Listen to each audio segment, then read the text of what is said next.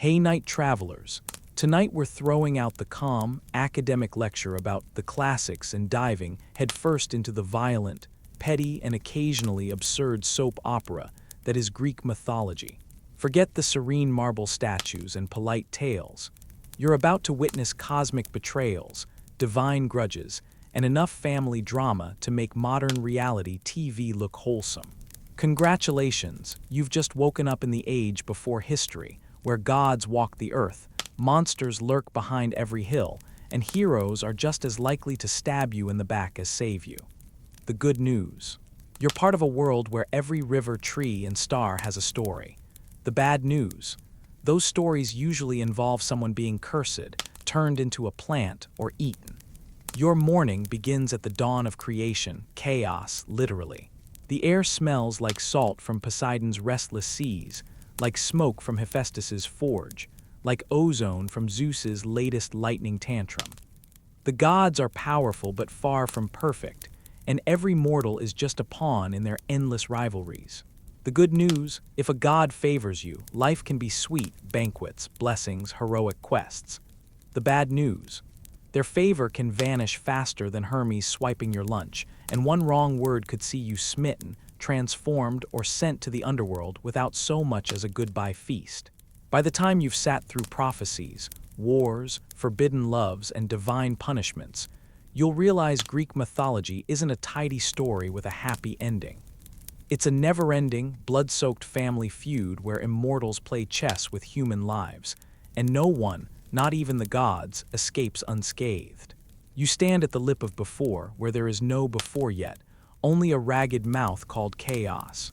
It is not tidy emptiness, but a sensuous, angry absence, a cold that tastes like iron and old rain, a hush so thick you can hear the memory of things unmade grinding against each other. The air, or the lack of it, presses in on your lungs like someone trying to read your future aloud. Somewhere inside that yawning nothing, something decides it is tired of being a nothing. At first it is a bruise of light under your skin, a heaviness forming where there was only possibility. The ground swells beneath you, slow as a waking animal. You smell soil that has never been stepped on, the mineral tang of crushed stone and the faint, sweet rot of nascent life. From that swell Gaia arrives, Earth, rolling out like a tired queen straightening her skirts. She takes shape with a sound like boulders rubbing their hands together, and it is intimate and rude. Her surface is warm, covered in slick clays and sharp gravel. You can feel the vibration of her breath through your boots as she inhales mountain and river. Gaia is not a statue. She is flesh and crust. Veins of ore run beneath her like blue-black rivers. Spines of basalt form the first ribs. Of mountains, when she stretches, a mountain range extrudes from her flank with a crack that throws pebbles into your face. You spit grit from your mouth and laugh because this is how beginnings behave, loud and unconcerned with your allergies. Moss of a sort you do not yet have a name for unfurls across a rock like a sleepy eyelid. The taste of wet stone fills your mouth. Even the air has a weight of sediment, as if the world is still settling. From Gaia's first inhales comes a curious side incident. A fissure opens near your feet, and a newborn salamander of smoke and salt slides out. It is the size of your hand, red-eyed and bewildered, and it snaps at the air with a tiny, furious mouth. It bites your boot and leaves a singed scab where leather never was. You chuckle because the wound is ridiculous, small as the mischief it represents, and because even now, life proves itself both tender and petulant. You don't stay long enough to feel maternal warmth turn into routine. Gaia's body keeps birthing. Stone nipples push into the air and become the first hills. The troughs between them hold water and become the first lakes. Under her breast, the earth gives birth to the aurea, mountains that rise like startled sentries. One of these young peaks shoots up under your hand in a violent little spasm. The ground buckles, a splintered tooth of rock juts up, and you scramble back, knee scraping raw against the new skin of the world. A smell like fried clams and hot sulfur fills your nostrils. Pontus, the sea, is already arguing for its place. Now the sky decides to come. Uranus, the broad, slow lid, doesn't announce himself with trumpets. He seeps in like dusk, the slow sealing of a room. First there is a coolness that migrates down like a shadow of a hand, then a great, soft pressure as if the air itself were becoming a coverlet. He comes to lie over Gaia the way a sheet lies over a sleeping horse, vast and indifferent and perfectly designed to keep the world in place. When his limbs of cloud and firmament settle, stars, which are really just small, stubborn fires, prick through the veil like splinters of lamp oil. The sky smells of ozone and the metallic tang of things that have not yet thundered. You lift your face and feel a weight, gentle, enormous, the sense that someone above has decided to watch. The meat is not a sonnet. Gaia reaches up like a lover who has been standing alone too long. Aranos settles down with the indifferent intimacy of a lid. Their first touches are clumsy, decisive.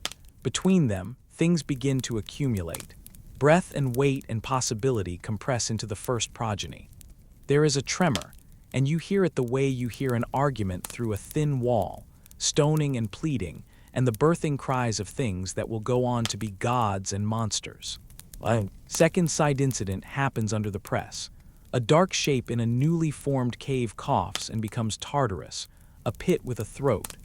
It swallows the echo of your laughter and spits out a wind that tastes of iron and old regrets. From the mouth of Tartarus, small shadows like moths beat their wings.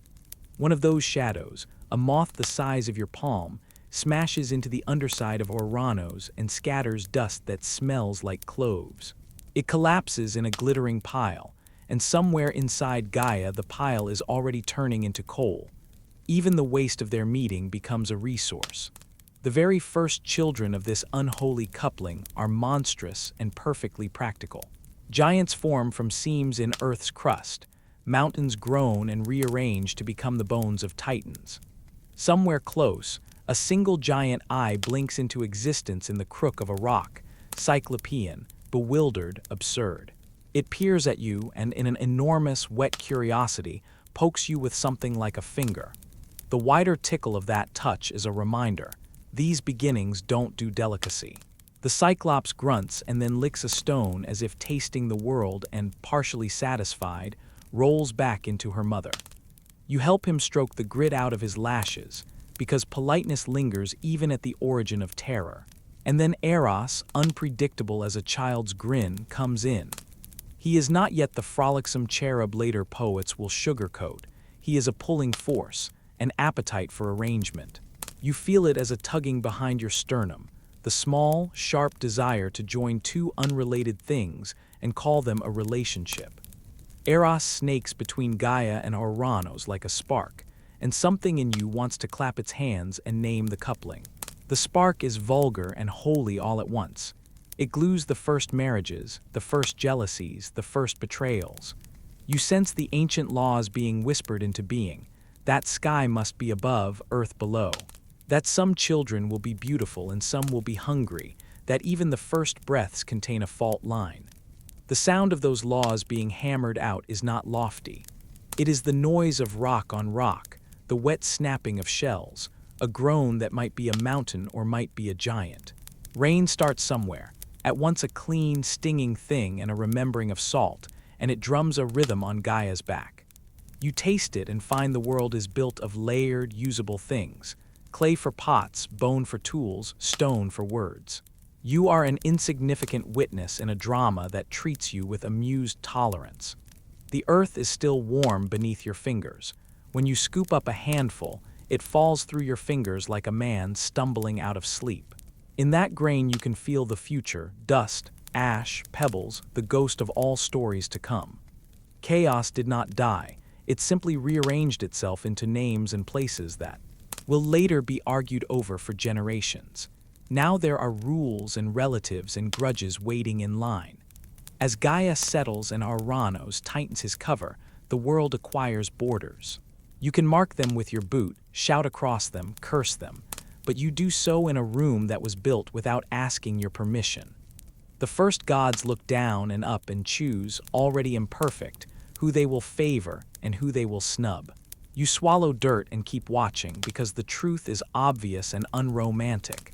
Beginnings are loud, messy affairs that demand witnesses. You are one. You are standing with your feet buried in new soil, the world still warm from its first making. The ground breathes beneath you, slow and vast, like an animal deep in sleep. Everywhere the smell is raw, damp loam, crushed roots, a mineral tang of exposed ore. Overhead the sky lies low and heavy, a lid of hard blue, Uranus, pressing his weight into the face of the earth. You can almost feel the press of that sky across your shoulders, the hush of an old ruler who will not be questioned. From the earth, Gaia moves as if waking from a long, slow dream. She is not a woman but an entire landscape rising, hills rolling, a voice like the creak of trees. One by one, shapes unspool from her flesh, the Titans. They stand like mountains taking breath. Oceanus stretches and smells of salt. Hyperion squints toward a sun not yet named. Coeus tilts his head as if measuring angles of fate. Phoebe's eyes are cold and clear as obsidian. You reach out and touch the skin of one warm stone, like a cliff face heated by a thin sunlight. Their presence is elemental, the sort of thing that makes your knees remember how small they are. They are myriad, and each moves with a slow certainty. They do not march, they assert. Kronos is younger than most, lean and quick with a clever mouth and a restless wrist. He moves differently. Under those great chests and slow shoulders there is a predator's coiled readiness. You see impatience like a hunger. The other Titans have the long patience of tectonic plates. Kronos has the impatience of someone who wants the mountain to slide now. Uranus watches from above like a crown of compressed air. He has been a tyrant, covering the earth, shutting things in. He shoved his progeny back into Gaia's interior. He drove children into caverns until they howled. You hear that howling now, faint and hollow, from fissures and caves where things were forced to live underground. It is what makes Gaia turn from passive to planning. She does not go to a forge in the way a mortal smith would. But she goes looking for the things a smith needs. The smell of sulfur where ore seems bleed, the glitter of metallic dust in creek beds, the white heat of river stones split by fire. You follow her too. A place where the earth opens and spits hot breath. Sparks come like insects when she presses two stones together, flint against metal. Her hands are cliffs. Somehow she shapes a blade. Side incident, the making of the sickle. You watch the blade form. It is a ritual closer to birth than to craftsmanship. She mixes copper and tin nodules she finds like bad teeth in a stream bed, and you sense a lesson in metallurgy being born. Bronze will be what breaks old orders. The bellows are not bellows but the bellied caves, wind tunneled through basalt, carrying heat. She rolls the molten metal with Canta-like patience, and when she hammers it, sparks climb like small constellations. The smell is hot iron and the breath of ovens. You see the blade take a crescent shape, a thin, terrible moon. This is not just a tool. It is the first concrete thing to say no to the sky. You feel the air change when Kronos takes that sickle. He is careful in the way a cat is careful before it kills a snake. He slips through shadows like a thought that has only just happened. The sky is arrogant in its height. You can hear it, an inaudible pressure, the hush of wings. Uranus does not foresee the blade. He is arrogant enough to be blind. The ambush is quick and personal. You are close enough to the crackling of muscle and the sharp sound of metal biting flesh. The sickle slides in a sound that is too small to be called music, a short, brutal rasp. When Kronos strikes, there is no fanfare, only the intimate, hot wetness of blood. The smell hits you like a physical thing. It is metallic and old as copper. It mixes with the brine of the sea and the sweet oil of crushed herbs that Gaia had left as a token on the ground. The sky's great eyes go blank with surprise. You watch flesh and sky and sound, and something like a new law unfold. Blood lands on the earth and it is lightning for life. Wherever red beads fall, something contorts and begins to be. From the slickness at your boots, the Aranais, dark and itching with fury, lick themselves into being. From the soaked rocks sprouts the first terrible giants, oozing wrath and hunger. Their voices are like cliffs splitting. You instinctively step back as the ground forms eyes. Side incident, a fissure on the shore. Some days later, if you wander to the new coastline where the sea is still learning its own edges, You will meet a fisherman who saw what the others did not. He tells it like a tale told to frighten children. He watched a piece of sky fall like a peeled fruit into the surf, and the sea foam rise and braid itself into a woman's hair. He swears she came in laughing, and he has not left his hut since. He smears his palms with oil in the evening and mutters names backward to keep luck. Whether you believe him or not, your hands will remember the metallic smell of that first spilling, and the way the sea answers violence by making something tender. Cronos stands with his blade, and the world seems to change its rule around him. The sky, wounded, recedes. It does not scream. Instead, it loosens like a belt, and you feel the pressure lift off your chest as if a weight had been removed. The horizon breathes wider.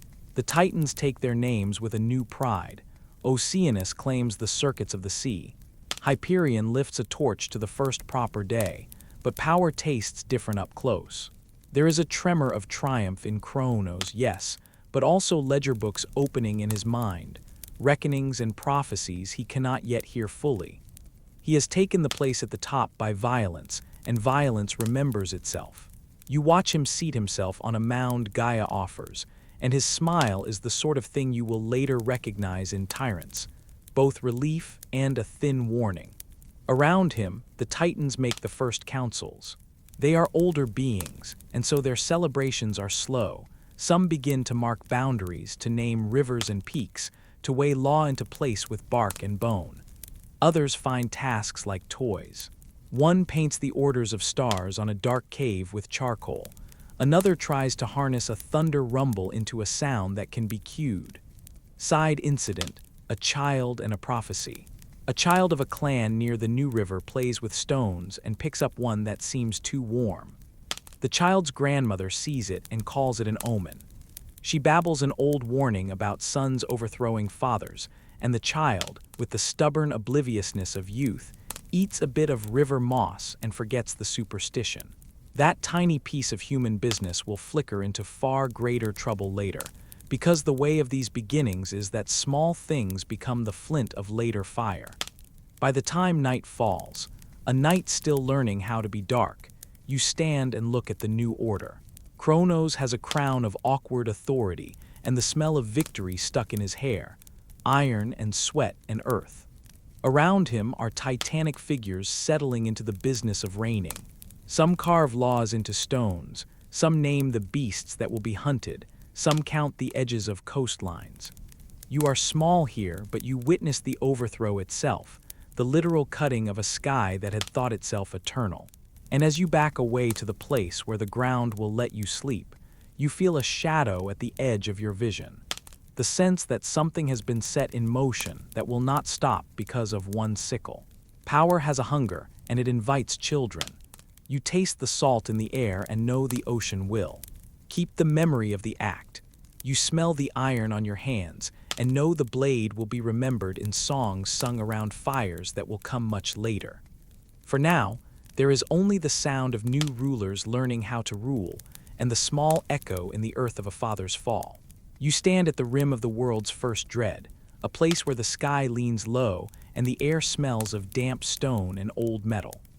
Cronos sits on a throne that looks grown from the bedrock itself, ridges like ribs, a crown of blackened sickles embedded in the stone behind him. He is enormous. His beard is a cliff of gray, his knuckles like the boulders that grind the earth. When he breathes, entire groves of oak shiver. When he speaks, the valleys listen and forget to breathe. Tonight the hall is lit by torches that gutter against the draft from his mouth, and there is a sound like a millstone, the prophecy repeating itself in your head, soft as a chant. He will be swallowed by his son, someone, somewhere, had told him in a voice like a winter wind. He will be overthrown. He will be unseated. You can almost watch the memory gnaw at him like a worm. It's why every infant born to Rhea comes to him wrapped in linen and offered like a sacrament, only to be gone minutes later into the cavernous, wet tunnel of his throat. You think you can avert your eyes. You cannot. The first child, Hestia, is tiny in your memory of the moment. She smells of baked grain and the hearth ash Rhea smears on her forehead. Cronos takes her with a hand the size of a cartwheel. You see a mother's face. Rhea's jaw set like a stone wall, tears glittering wet and fast but useless. The child opens her mouth to cry and Kronos opens his in answer, like a cave swallowing a lost flute. You feel the air sucked from your lungs. Flesh gives way to dark saliva. There is a sound you will remember forever beneath the noise of the world, the soft, sick, inevitable choking slosh, as if the sea itself is gulping down a small island. You taste iron. You smell the sweet milk Rhea pressed to the child's lips minutes before, now sharp and sour in your mouth. You see, briefly and grotesquely, the child's eyes in the dark of Kronos' throat, reflecting torchlight like twin moons. There is no scream at the end. There is just the wet collapse and then a silence so thick you could cut it with a sickle. Side incident. On the cliff path, a shepherd boy had climbed early to tie his goats and watch the world. He thinks the sound is thunder and will tell you later, years later when the gods have names and faces, that he saw a shadow pass between mountain and moon and in the grass by his foot he finds a scrap of linen. It is smudged with soot and milk. When his mother takes it away, she will make a sign against the gods and mutter that the earth itself is hungry. Kronos does not pause. He has been practicing this hunger for a long time. Cutting his father's blood with a stone sickle is older than memory, and the taste of dominion clings to him. One by one he swallows. Demeter, whose hair smells of clover and rain. Hera, whose small hands already clutch for positions of power. Hades and Poseidon, heavy with the salt and dark light of things that belong to the earth and the deep. You stand too close. You smell rotten herbs and the copper of blood.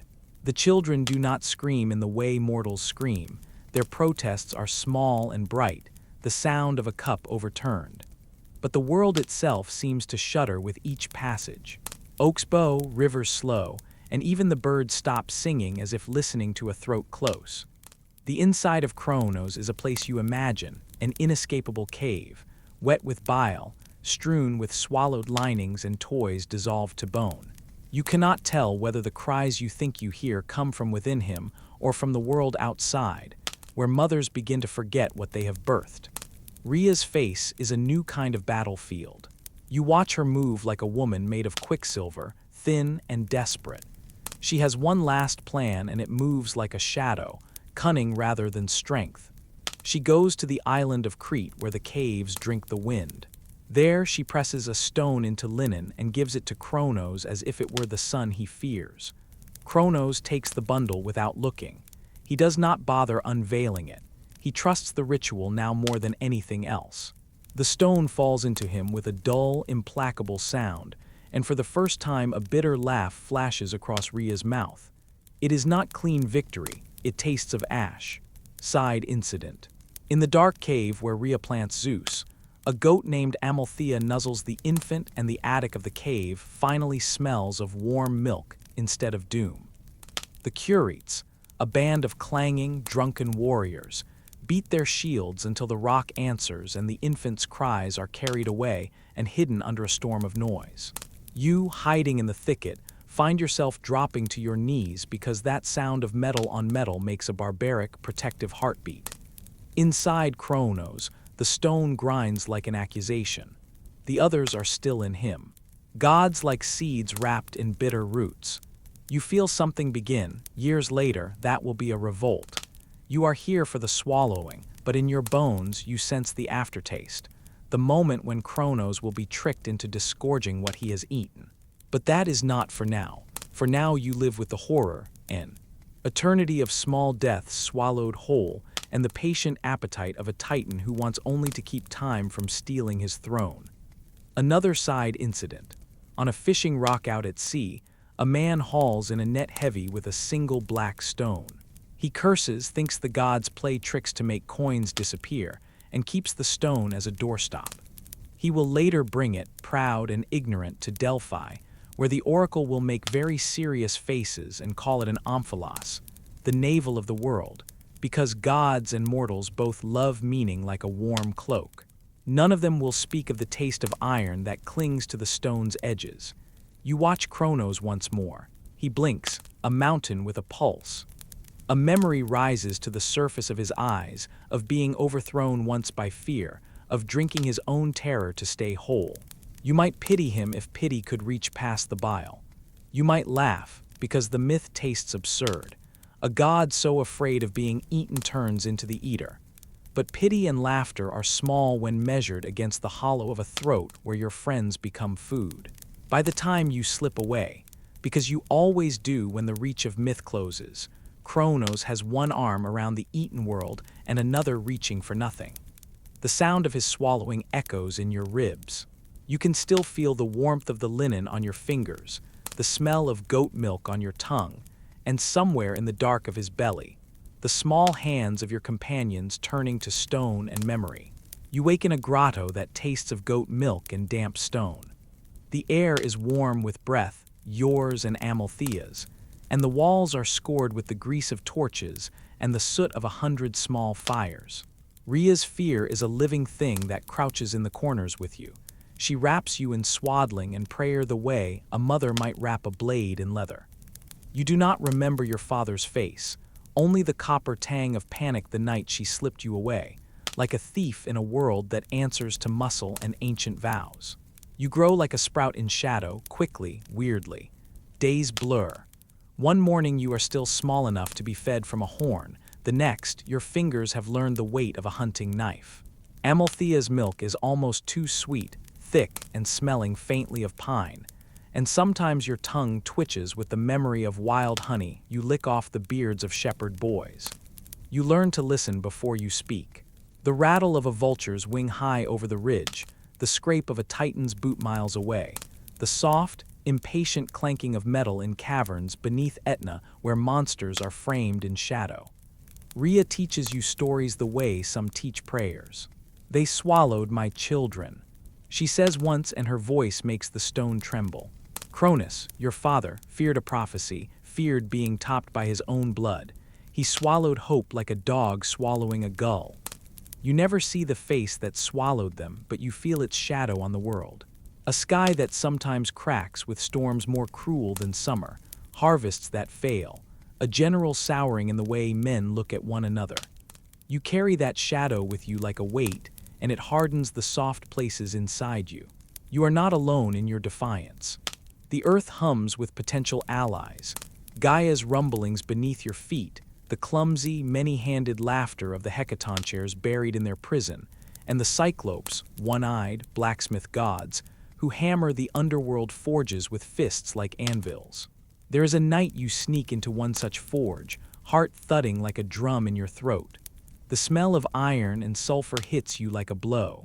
Sparks fly in the dark. The cyclopes' faces are lit from below like grotesque stars. One of them notices you with the lazy attention of someone used to small trespassers, and instead of ripping your head off, presses a shard of red-hot bronze into your hand. It burns a clean, angry pain, but you cling to it as if it were a promise. You run cry loud through the tunnels and stitch that hot edge into a spear the size of your arm. In the morning light, your hands are blistered and caked with metal dust.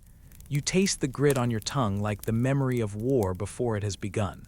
Side incident. Once, when you are still small enough to be mistaken for a goat, a wolf takes 2 of the flock at dawn. You chase it across the scrub with more fury than sense, and a farmer takes pity and presses a jerkin into your hands. He tells you, between spits, a tale of Cronus's appetite. He swallowed lightning, boy, and the bones of men went brittle.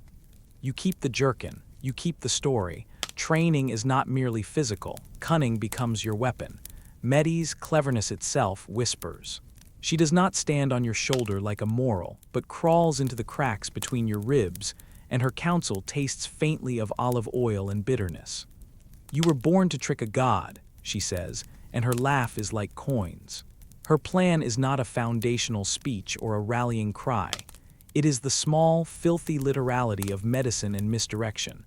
A drink, a cup, the right dose at the right time. You learn to pour with the precision of a thief. You travel at night to spy on the great feasts where Cronus reclines like a mountain that has learned to smile. His table is marble and thunder. His skin smells faintly of old wine and riverweed. You watch how he eats, slow, mechanical slurps, as if he can reabsorb what the world throws at him, and you practice a smile colder than the sliver of rock Rhea once wrapped in cloth. When the day comes, you are not a child of grotto anymore. You have the jaw of a man and the still boyish eagerness of someone who has taken too many risks and survived them. The ambush is a small ceremony of cruelty and humor. Medes brews you a draught that tastes like honey and bile. She calls it necessary. Rhea sits pale and motionless nearby, praying to old stones. You climb the banquet hall and stand before your father. Cronus laughs when he sees you, a sound that could topple a garden wall. He takes the cup you offer, the cup of his savior son, and drinks. For a moment there is only warmth, the wine-sweet wash of victory. Then something sharp and clean like a winter wind has its way with him. Cronus heaves, a sound as huge as an avalanche. The hall goes still, because even empires listen when their maker convulses. You step back, but not too far, because you have rehearsed the exit like a thief. It begins with a belch and ends like a small apocalypse. The first thing he releases smells not like victory, but like lavender and desperation. Hestia, ash and hearth smoke clinging to her robes. Then Demeter slides out, smelling of damp earth and green things, her hands full as if she had been sowing seed while imprisoned. Hera, with her crown askew, appears next, furious as a queen who has had her throne swallowed and returned like a joke. Poseidon splashes free with the stench of sea foam and brine. For a heartbeat you taste salt in the air and think of shipwrecks. Hades comes last, black as the soil after rain, and he brings with him a cold that seizes your bones. They spill into the hall like 5 storms disgorged, coughing and sucking for air as if they were fish flung from a net. The servants around you scream, then collapse onto the marble. Cronus gapes like a man who has been left with nothing to swallow. You stand there with your blistered hands and the bitter draft on your tongue, and for a long second you simply breathe. But coup is not a gentle retrieval. You expected fury. You were ready for it. The freed gods do not form a chorus of thanks. They smell blood in the halls, and the world beyond the doors is shifting, timber splintering. A low and immense groan as the Titans realize that a son has grown teeth. Cronus bellows and the room becomes chaos. You and your siblings move like a single organism with 6 hearts, quick, sharp, and terrible. You spear a guard who tries to grab Hera. He collapses with a sound like breaking reed. Demeter throws soil into the faces of men who attempt to rally the palace. Slaves, their eyes fill, their arms go weak. Poseidon rips up a flagstone and hurls it. The arc of it cleans the air. Side incident. In the scramble you catch sight of a small boy pinned under a banner, the same shepherd boy who once gave you the jerkin. You pause, wrench the banner free with both hands, and the boy runs, leaving you with the odd, private sense that the world has somehow not entirely swallowed its children. The coup spills into the open like spilled wine staining white cloth. Titans thunder toward the palace and the sky darkens with their rage. Yet the freed gods are not merely freed, they are furious. The Cyclopes, whose hammers you saw, come barreling into the fray, giving you gifts forged in fire, thunderbolts like folded suns, trilithon rocks thrown like eggs. Hecatonchires pick up boulders and chain the Titans to the ground. Violence becomes choreography. It is bone and scream and the sweet, metallic tang of blood. You feel something like exhilaration, the heady high of one who has stolen a future. By the end, walls are rent, statues fractured, and the palace smells of iron and burned hair. Your father, great, greedy Cronus, is bound not by fondness, but by the cold, absolute necessity of survival. You look at him as he writhes, and the sight is private and simple, a Titan undone by the son he swallowed. Your victory is not a clean, noble thing. It is a messy business of teeth and wine and trickery, of the world righting itself by force. You and your siblings stand amid ruin, breath steaming in the chill left after a storm. There are no songs yet for this night. Only the taste of blood, the hot smell of metal, and the knowledge that the game has changed. You have taken a kingdom with cunning and fist, and in the echo, you hear the first rumble of the wars to come. You wake up to a sky that still smells of battle, iron, and ozone, and the greasy tang of smoke from the forges, the Cyclopes kept burning for the winners. The Olympus you step into is not the marble postcard later poets will paint. It is raw rock and sweating work, the summit still ringed with scorch marks where Zeus's bolts licked the air. The mountain itself seems to breathe with the new order, exhaling steam that tastes faintly of sulfur and promises. Zeus stands at the center like a storm given shape. His cloak is still dark with soot and dust. His hand is blistered where the thunderbolt burned him. You feel the hair on your arms lift as he lifts that hand, and the sound of it rolls through you, not quite thunder yet, more the echo of many voices resolving into a single command. Around him are his siblings, not the idealized gallery of later art but real, impatient people wearing scars. Hera with her jaw tight and a hand that clamps like a vice. Poseidon with sea salt matted in his beard, a trident still dripping. Demeter whose skirts carry clods of uprooted earth. Hestia, small and steady, blowing embers into a tiny, stubborn hearth. They did not win by grace. They won because the Hecaton chairs and the Cyclopes smashed the old order for them. You can still find the prints of those 100-handed fists on the ground, deep grooves in the stone, where a titan's spine shattered under a thrown mountain. And the titans, the hulking, tragic relics of a different age, are not gone so much as rearranged. In the depths of Tartarus, a prison like an anti-sky, the air tastes perpetual and cold. Chains there are not merely iron, they hum with the authority of a new ruling class. You pass a side incident almost before you have time to react. A man with calloused hands, a temple builder, not a hero, hauls a slab into place for an altar. He is young and feverish with the need to do it right. A tremor rolls the mountain. Poseidon has shifted underfoot to test the ocean's new master stroke. The slab slips. For a moment you see the man's face contort, the tiny calculus of survival and piety. He catches it with a shout, nails biting into stone, and the slab settles. Poseidon laughs once, such a sound that gulls drop from the sky like clumsy white coins, and the man staggers back, breathless, a prayer already forming on his lips because this is how the new gods are enforced. By demonstration and by fear. Up on the charred ridge, Hephaestus works like a man who finally has a reason to keep his hammer swinging. His forge is volcanic, the air thick with molten metal and the tang of burnt oil. The Cyclopes gifted him thunderbolts and bronze. He gifts the Olympians order in return. You see him tempering decree and weapon alike, chains for Tartarus, brazen thrones for Olympus. Sparks shower your face. They smell like burnt hair. He slaps something into shape and sends it clanging down toward the underworld, a lock for the Titans, a rattle for their gods to shake if things go sideways. Hephaestus does not gloat. He has learned that shoving haughty immortals into rearranged hierarchies makes the world safer to build in. Another side incident finds its ugly center in a ravine where Prometheus is dragged, his face already a map of the theft that altered human fate. You watch him resist when the order is read aloud. His voice is hoarse, not from fear but from righteous fury. They chain him to a rock and the eagle comes. You see the violence close up. The beak, the red glint of the wound, the curious way the god's defiance doesn't quite end with his body. This is not a myth told to soothe. It is a public demonstration. Zeus wants.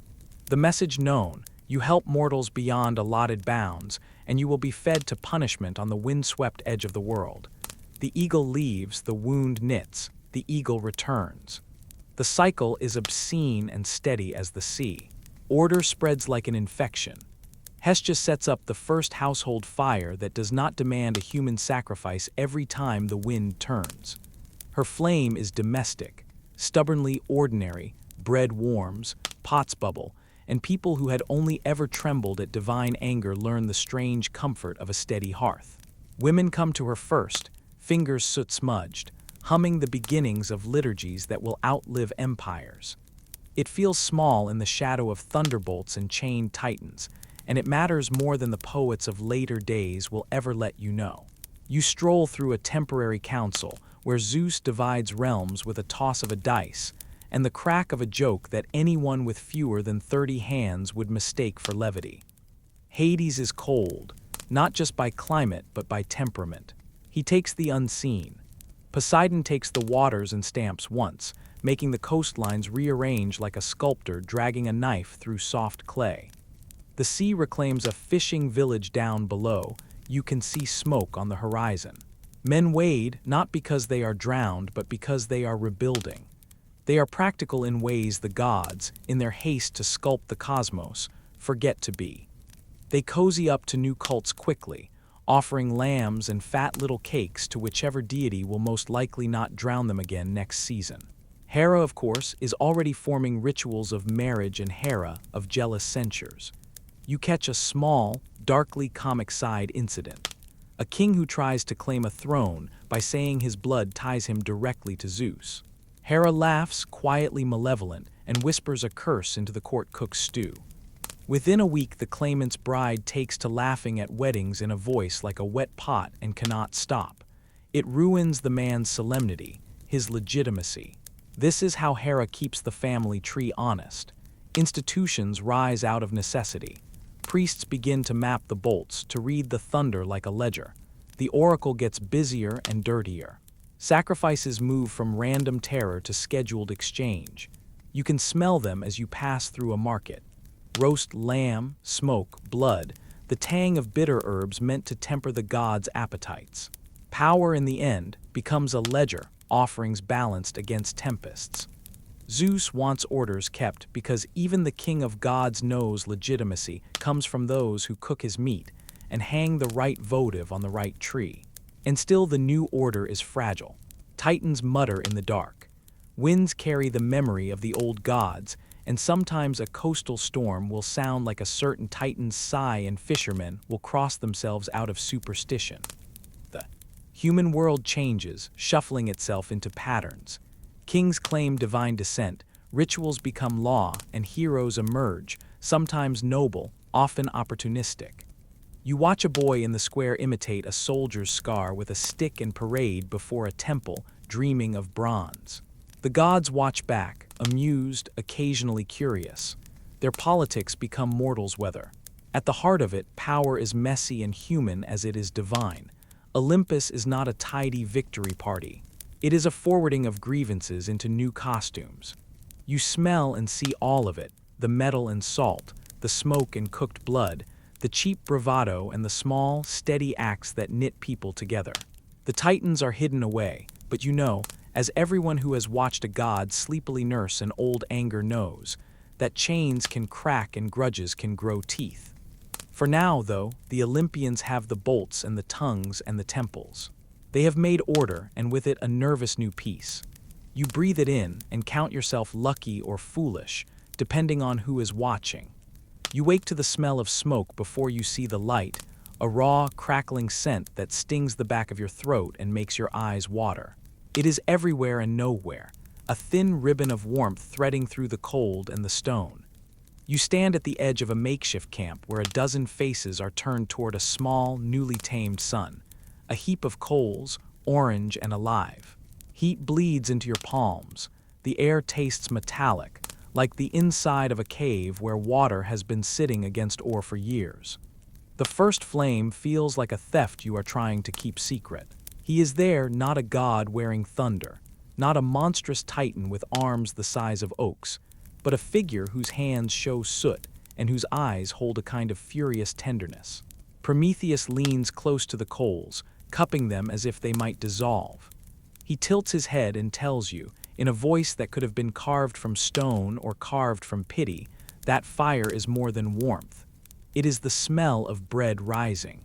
It is the bite of iron teeth on wood. It is the new geometry of cities, the way smoke threads through roofs and women keep babies alive in winter. It is a promise, and a dangerous one. You follow him through the first scenes of use. A woman presses dough into a rounded stone oven. Steam hisses and she laughs when the first flatbread puffs and blacks at the edges. The laughter is thin and frightened but real. A boy, soot-streaked and small, places a scrap of copper over blistered coals and watches it glimmer and become soft under a wooden poker. His hands shake. You see the moment he realizes metal does not have to be a jagged thing from a riverbed. Any longer, it can be shaped. It can be made to bite with purpose. Side incident. Near the river, an old shepherd crouches, holding a lamb close to his chest. He has stolen a hot ember under his cloak to keep the animal alive through the night. He hisses when the ember sparks and singes his palm, and a small blister opens, the skin white and fragile. He presses his thumb to the wound and grins like a thief with treasure, because the lamb breathes easier now, chests rising against winter. The ember dies by morning, but the technique stays in his head, an ember-shaped knowledge that will be passed to his sons. You smell the first smoked meat, a primal, mouth-watering scent. It is oily and charred, and it changes everything about how you think of food. Where before flesh and roots tasted mostly like the blunt facts of survival, a strip of meat kissed by flame offers complexity. Caramel and fat, bitterness, and the memory of grass. A woman presses together strips of meat between two hot stones to squeeze out moisture, the sizzle singing like prayer. Around this, people begin to talk differently. They plan, they bargain, they keep watch against thieves whose eyes gleam at the notion of a warmed stew. Prometheus does not stop at cooking. He teaches you to cover molten copper with charcoal and bellows, to coax it into shapes. Chisels, spearheads, jewelry with holes drilled and threaded as if to hold the idea of beauty. You see a boy hammering bronze until his palms are raw and bleeding. He does not cry. There is an animal joy in labor that learns to make meaning out of metal. The transformation of rock into tool becomes the transformation of a life into work, and work into power. Side incident. A petty thief tries to slip a live ember under his cloak and run to an enemy camp to trade warmth for coin. He misjudges. The ember burns a hole through his cloak and sets a pile of dry tinder alight. Panicked shouts, the frantic stamp of feet. For a wild minute, you imagine the whole hillside aflame. Instead, villagers beat the blaze down with wet skins and laughter that is close to hysteria. The thief gets a scar across his calf as a reminder that stolen light can bite. Not everyone greets fire as salvation. A small, urgent debate blooms by a low wall of pressed clay. Cooking changes the body, cities change the soul. With bronze weapons, one can hunt and farm, yes, and sharpen blades. Prometheus watches this with a face that shifts from pride to dread. He knows, because gods and titans are cursed with a long attention span, what the next centuries will look like. Cities swollen with smoke and ambition, kings sitting on thrones forged by their smiths, fields ringed by palisades and fetid with blood. He knows humans will burn things he never meant them to. Touch, you watch the theft itself only as rumor. A lamp snatched from Olympus like a stolen fruit, a spark wrapped in wool, a god's anger baited with the smell of brass and bread. The details don't matter, the outcome does. Zeus, the king with lightning in his fist and suspicion in his jaw, will not allow the species he sees as his inferiors to have such a gift for long without response. You think of a courtroom where gravity and hubris hold the gavel. Then the punishment comes with a sound like iron tearing air. Prometheus is hauled to the edge of the world, a cliff face near endless wind, where the sky thins and the mountains taste of salt. They fasten him to the stone with chains that bite. The metal anchors into skin as if it were meant to be there. The gods leave him with a face turned to a strange, empty dawn. Night becomes a ritual of terror. An eagle with a cruel eye, so large its shadow can blot the sun, comes down and rips at Prometheus's side. You hear the bird's beak tearing, a horrible, wet rhythm. There is pain and then regeneration. Where the bird takes, flesh grows back. You watch this repeat until your stomach tightens into knots.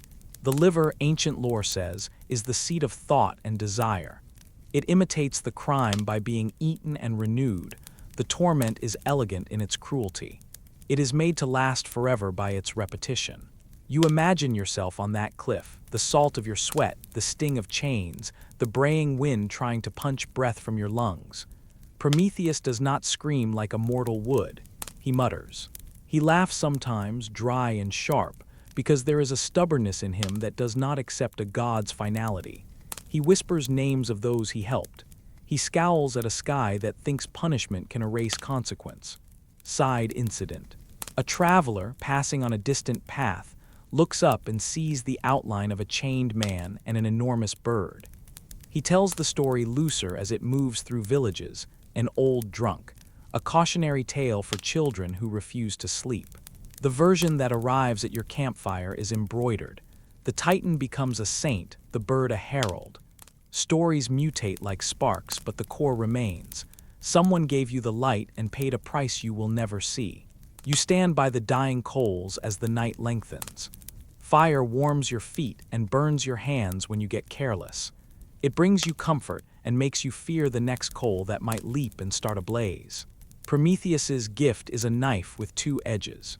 You taste both sides, the sweet of bread, the copper tang of metal, and the sour palate of punishment echoing over a gulf. You hold the embers in your palm and wonder whether the warmth is worth the scream on the wind. You are Pandora. The name sits in your mouth like dust and honey, something the gods have pressed into you and polished until it gleams, then handed to you with a smile that does not reach the eyes. Your hands are still smudged with the clay Hephaestus used to shape you, warm, slightly oily, flecked with the sparks from his forge. You remember the hiss of the bellows. You remember Athena's hands teaching you how to braid your hair. Aphrodite's breath on your neck when she pressed beauty into your face. You remember Hermes' laugh, quick as a bird, as he nudged you away. You remember Zeus's voice like thunder muffled by a cave. Keep it. Guard it, the jar is heavier than it looks. Not the featherlight trinket painted on merchant jars in the market. This one is a pithos, wide-shouldered and sealed, made not for wine but for secrets. The lid fits so perfectly that at first it feels like part of your palm. Its clay is cool and slightly damp from the river that ran where the potter worked. You press your thumb into the rim and the clay leaves a black crescent. There is a faint scent clinging to it, beeswax, resin, and something like old iron, Zeus's own temper, perhaps, or Hephaestus hammering. Curiosity is a live thing in you. It scratches at your ribs like a child. Hermes named it for you when he gifted you with cleverness. Aphrodite gilded it so even your doubts would be pretty. You tell yourself you're only looking, only peeking to see if the gods have put into the jar something you can trade, something that will make your life easier in this fierce, sun-scraping world. But the truth is simpler and older. You want to know what you are holding. The warning, if there even was one, hangs in the air like a forgotten cloak. You feel the gods' intent like a heat under your skin. They have wrapped you in wonder and set you loose. You lift the lid. It does not open with a theatrical cloud. The world does not pause to take a breath. The lid moves because pressure shifts and something inside leans against it. First comes a smell. Not one of the pleasant offerings the mortals leave at altars, but a stink like rotted fruit and iron and too many bodies packed into a chest. It crawls up your nose and into your eyes. Your vision blurs at the edges. Then something lighter, like dust, slips out and it looks for gaps as a swarm does. At first you think it is smoke. Black threads, then figures, then a scattering of insects, and each takes a different path. They pour out in a rush that is both tiny and tremendous. They fill the air with a whispering like a field of chaff. They fall into the streets, into houses, into the mouths of sleeping men. Outside, a farmer yokes his oxen to the plow, the sun a hot coin above his head. One of the oxen snorts, lashes its tail, and collapses as if a rope around its heart has been pulled taut. The farmer drops the plowshare and curses. His hands are already cut and calloused, and now the dirt on his nails tastes like iron. His wife's voice carries from the doorway, sharp with worry. You watch the dust settle on the animal's flanks and imagine that the plow will never cut as straight again. To feel the world tilt like that is small revenge for curiosity, and yet you flinch. A child in a courtyard is learning to walk. His mother cheers. The house is a stack of warm stone and olive oil. One of the shadows darts across the threshold and sings into the child's chest a cold note. He coughs, a little wet sound, and then closes his eyes. The mother's hand smacks him but then holds him close. Sudden sickness is a petty god. It slips its fingers into the hinges of ordinary lives until they creak and groan. You have not even taken 3 breaths and you have been the instrument. Worse things spread like stain. Strife slides into the market where wool vendors argue over skeins. A lover's quarrel blossoms in a narrow alley and sharp words are thrown like knives. A man with a swelling belly from too much wine wakes in the night with a pain he cannot place, and every god you know watches from a distance and smiles in different degrees. Some pities, many do not. The evils do not roar. They hiss and burrow, choosing the smallest conveniences first, greed in a coin purse, envy in a neighbor's eye, sorrow that comes like a slow leak. As they spill out, they wear the faces of daily things. Lice that infest hair, aches that live in joints, hunger that gnaws like a winter fox.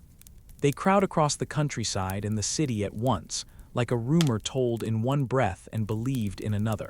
You try to shut the lid. Your hands, used to decorating clay with delicate patterns, cannot manage this. The lid is slick with something that looks like oil and blood. It slips. The jar wobbles on the floor, and the room fills with a sound like the sea inside a shell, a low, gnawing moan that seems to be coming from everything now. A short, absurd accident. A dog running by the temple of Artemis snatches at a loose thread that happens to be clinging to the hem of a priestess's robe. It pulls and the priestess curses, more at the dog than at any god. The priestess's fingers, always steady with offering, fumble at the incense. A brazier tips and a spark hops onto a pile of dried herbs. Flames lick at the corner of a woven mat, and for a breath you consider that perhaps the gods wanted to teach you a lesson in small calamities. How? A snapped thread can become a blaze. Another quick scene. A fisherman hauls his net and finds it shredded, as if 1,000 tiny teeth have chewed through the rope. He stands on the shore, nets bleeding into the sand, and laughs because there is nothing else to do. His laughter is brittle. The sea, which moments before felt like a living thing that might cradle the world, now tastes of copper on his tongue. Back in the room, the last of the dark things slides toward the lip of the jar. It moves like a promise. You think of all the gifts the gods stuffed into you: cunning, charm, voice, body. They gave you curiosity as though it were a necklace. You lift your hand again and press down. The jar resists, then yields beneath the weight of your palm. You could close it. You could be the woman who took and then put back the world's miseries. Your fingers tremble. You slam the lid shut with all the force your mortal limbs can muster.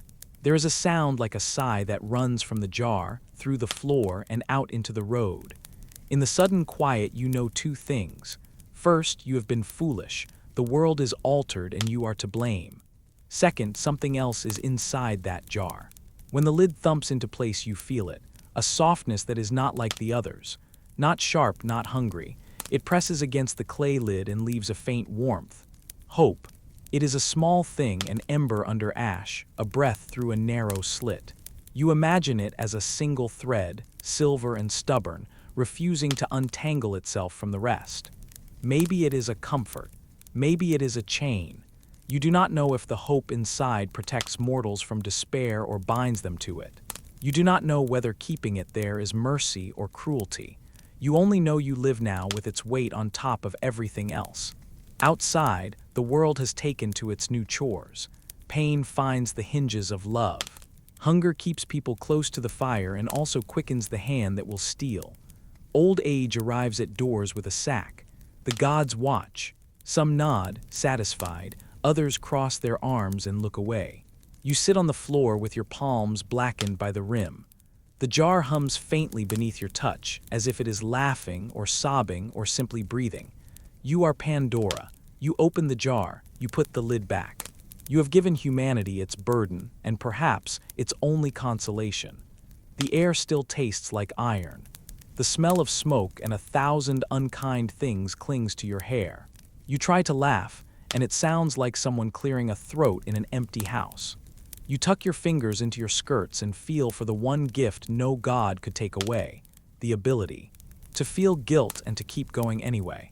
Behind the lid, something watches. It will either be a light to guide them or a chain that keeps them pleading for rescue.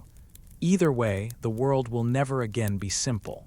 You stand and the room tilts with the same uneven motion the rest of life will now take. Outside, someone is already weeping. You wash your hands at a basin, but the stains do not come off. You have changed the story of mortals. You have put into motion 1,000 small tragedies and one stubborn, terrible hope. You stand ankle-deep in mud that tastes of iron and salt, the air thick with smoke from 100 sacrificed oxen. Trumpets sound raw and ragged. The men around you grunt like animals half awake. The banners snap in a wind that doesn't smell like weather so much as rage, ozone, and the metallic tang of a god's temper. Somewhere above the line of spears, a messenger runs back and forth, eyes wide, because the omen read 3 times by the priest turned from favorable to disastrous in the space of a breath. You can feel the god's fingerprints on everything. On the tilt of a spear, on the sudden falter of a battle step, on the whispered promise in a general's ear. This is not happenstance. Gods don't merely observe, they vote, bribe, and barge through the gates of human affairs with the subtlety of elephants. Athena leans over a commander's shoulder and fills his mouth with cold, clever words, a formation here, an ambush there. Hera puffs her cheeks and makes a king stubborn, sours alliances with a single look. Aphrodite unties hearts and loosens loyalties like a drunken sailor loosens knots. Marriages undone, lovers betrayed in the middle of war councils, soldiers trading shields for stolen embraces. Their favors are currency. Their grudges, tax collectors. You see it in a single decision that ripples like stone in a pond. A young prince refuses to send the proper bulls to the altar of Artemis because he thinks himself cleverer than old rites. That night the goddess walks past his bed disguised as an old crone. You smell the lavender of her hair and the pine of the cloak. He laughs in her face. By dawn, his hunting hounds turn on him. The prince dies torn by dogs he raised, and the countryside whispers that Artemis, who needs no throne or temple to wield power, has marked her mark. It is quieter than massacre, but no less a turning of the wheel. A household falls, a marriage unravels, and a neighbor family takes the vacant fields. The gods shift pieces like hands on a board. Little incidents like this flicker at the edges of great wars.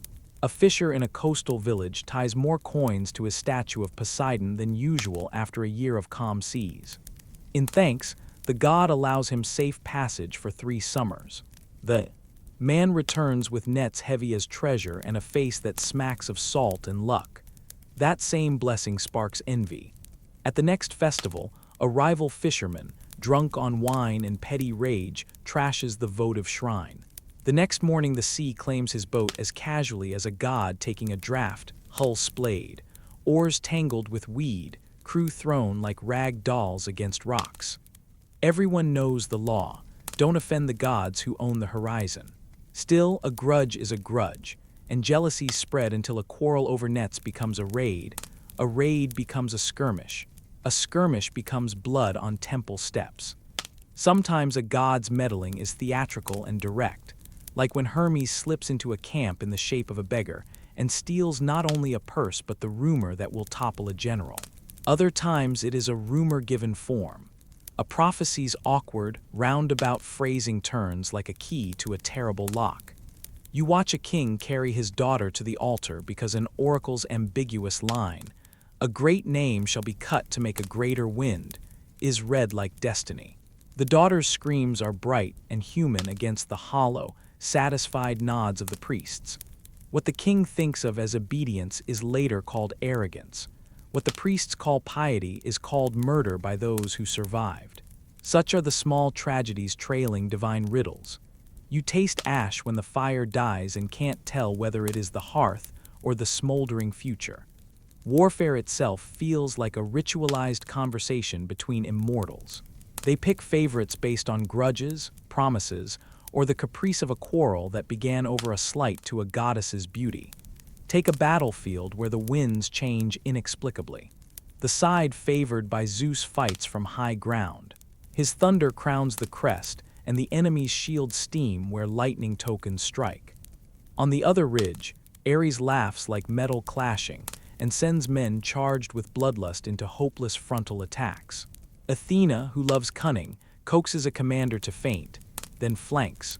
Poseidon, bored, uproots the earth under ships in harbor because some clan in that port built their walls with stones taken from his shrine. You can smell the sea in the dust when he does this, like a phantom tide. When gods choose sides, victory and catastrophe are as close as breath.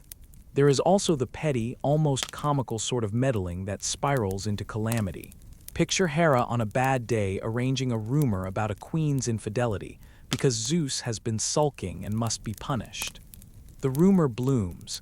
It becomes a whisper in a lover's ear, a hand on a throat, an accusation yelled over a banquet table. A duel begins. A city loses a son. The goddess laughs, a sound like crockery clinking. Mortals die arranging themselves around her joke. Or Aphrodite, ignored at a festival, turns a diplomat's marble bravery into ham-handed lust. He abandons a treaty, runs off with a foreign priestess, and the nations bleed because a god was slighted over a cup of wine. Sometimes gods are economic regulators. You watch a small polis refuse to honor Athena's gift, a well or a protective cult, and she withdraws cunning in favor of brute luck. A plague of mice devours their grain. Merchants avoid their market. The city survives but becomes a cautionary tale, an example used by neighboring rulers when they advise obedience to the gods, because obedience keeps the markets filled and the ships sailing. All this meddling creates a landscape more political than pastoral. The oracle at Delphi is not just mystic theater, its pronouncements are legislative acts. Priests are lobbyists. Temples are stockpiles of influence. You hear merchants bargaining with supplicants. We will fund the sacrifice if you guarantee the god's favor. Seeds are sown with the expectation that the god will water them. Empires are built on votive offerings as much as on bronze and grain. The gods choose kings as often as kings choose gods, and the consequence is simple: nothing stays small. A slight becomes a vendetta, a favor becomes a price. You watch time and again how a lover's quarrel inflames a nation, how a god's boredom tangles with a general's ambition and births an epic war. You smell the smoke of cities burned not merely by siege engines, but by the furious art of gods turning human rage into a wider, more destructive art form. The gods meddle because meddling is their nature. They cannot leave things alone. You cannot either. You are part of a world where every decision can be amplified by immortals until it is monstrous. When the sun finally drops and the battle's noise recedes into the groans of the wounded, you step through a field thick with broken bronze and banners shredded like old skin. The ground is sticky with more than blood. It holds the impressions of divine footsteps left by interference. You gather a spear, or avoid one, or pick up a coin and toss it at a roadside shrine. Whichever you choose, you know the choice is already a dialogue with gods who will not be silent. You trail him like a shadow that won't leave. He's larger than the men who bow and larger than the oxen he drags. His arms are rope-wrapped tree trunks, and his breath fogs in the morning air. His name is Heracles, son of Zeus and a very mortal woman, cursed by Hera before he learns to tie his sandal. You watch him because you can't look away. How can you, when every muscle on his body tells a story of fights that never end? The first labor starts in a valley ringed by limestone hills. Nemia's lion doesn't roar so much as exhale death. The thing smells of iron and wet fur. Sunlight dies on its pelt. Heracles closes with it like a farmer closing a gate, club raised. You taste dust in your mouth as they crash together, bone cracking, a sound like a dry branch splitting. He discovers the pelt is impenetrable to bronze. So you watch him strangle the beast, hands folding around neck. When he skins it, using the beast's own claw like a knife, he becomes ridiculous and terrible at once, wearing its head as a hood. The sight makes children run and dogs lean away. Hera's spite is a presence you can smell on the wind, sour and persistent. She can't let him have even this. The second task drags you to Lerna's fetid marsh, where the Hydra's many heads boil steam under a sky of flies. Each head sliced sprouts two more. Heracles is not patient. You hear the sick, wet snap of stalks and the hiss of steam. He learns to cauterize, fire, iron, the smell of burning hair, and with every head seared shut his breath comes faster, his knuckles black with marsh muck. He dips his arrows into the Hydra's venom, and later those poisoned shafts will mark other stories with blood. On the way to Arcadia, there is a short incident. A peasant woman screams because a band of highwaymen surround her mule cart. Heracles barely looks, then steps, and the world rearranges. A single blow sends the leaders tumbling, their manets and cloaks tangled, like puppets whose strings were cut. He picks up the woman's coins, tosses them back, grunts something that sounds like a laugh, and keeps walking, because pity isn't a currency that settles long debts. The third labor, the Hind of Artemis, forces you to learn patience. You follow him through olive groves and over slippery limestone until you can smell the sea far off and hear the delicate tap of the deer's hooves. This creature moves like moonlight, and Heracles must chase it for a year without breaking the chase, without raising a bow in sacrilege. He finally captures the hind with a net and hands it to Eurystheus, who, cowered from behind the city wall, screams for it to be let go. Hera's laughter invisible in his voice. Erymanthian boar charges out of the pines with mud slung like war paint. You can feel the ground heaves beneath its stamp. Heracles stabs his foot through bramble, breath hot and rattling. He forces the boar into a snowdrift and binds it. The boar's tusks scrape his forearms like little knives. Later, in some tavern, you watch him throw the boar's head onto a table, and the innkeeper's cat goes still. Not everything goes grandly. Sometimes it's just a man and an animal and a meal. The Augean stables, though, are an argument with civilization. Kings boast about lineage and vineyards, but King Augeas keeps cattle the gods have forgotten. The stench lifts off the place in waves, fermented manure, sour milk, and the ghosts of 1,000 forgotten sacrifices. Heracles doesn't do the polite thing. He reroutes a river with the arrogance of someone who has been favored and cursed by gods in equal measure. Water and muck surge, and for the first and last time, engineering feels like a weapon rather than a craft. You stand ankle-deep in brown, and a boy slips, laughing, because everyone needs to laugh in a place that would otherwise swallow them. The Stymphalian birds turn the world into shrapnel, iron-tipped feathers that rain down like a sudden hailstorm of small knives. Heracles' breath stutters as he fires a net provided by Athena. The birds twist and scream, feathers beating the lake into a froth. The taste of copper is thick on your tongue. He launches poisoned arrows, and the sky becomes a thicket of falling black bodies and feathers that stick in your hair. You cough until you see stars. You cross to Crete for the bull, hot breath of the sea, and the smell of tangy cheese from nearby shepherds. The bull bellows, bronze shivering in its throat, and Heracles takes it by the horns, wrenching like a man handling a doorway. You almost forget to breathe because the world is only this bristling, sweaty fight. When he ships the bull away, sailors spit and cross themselves. The sea drinks unusual cargo with a human shrug. The mares of Diomedes are a small, brutal opera. Horses that eat men snort on straw that smells like blood. You watch Heracles feed their master to them, a nasty, ironic little justice, and then lead the beasts away, their rhythm like the beat of drums. There's a whisper of a side incident. A boy tries to follow to steal a horseshoe, and Heracles catches him not with anger but with a paw-like hand that sets him down and slaps a coin in his palm instead. It's the only tenderness you see, quick and dangerous. Hippolyta's belt brings you to a camp of warrior women with bronze shields and hair braided with beads.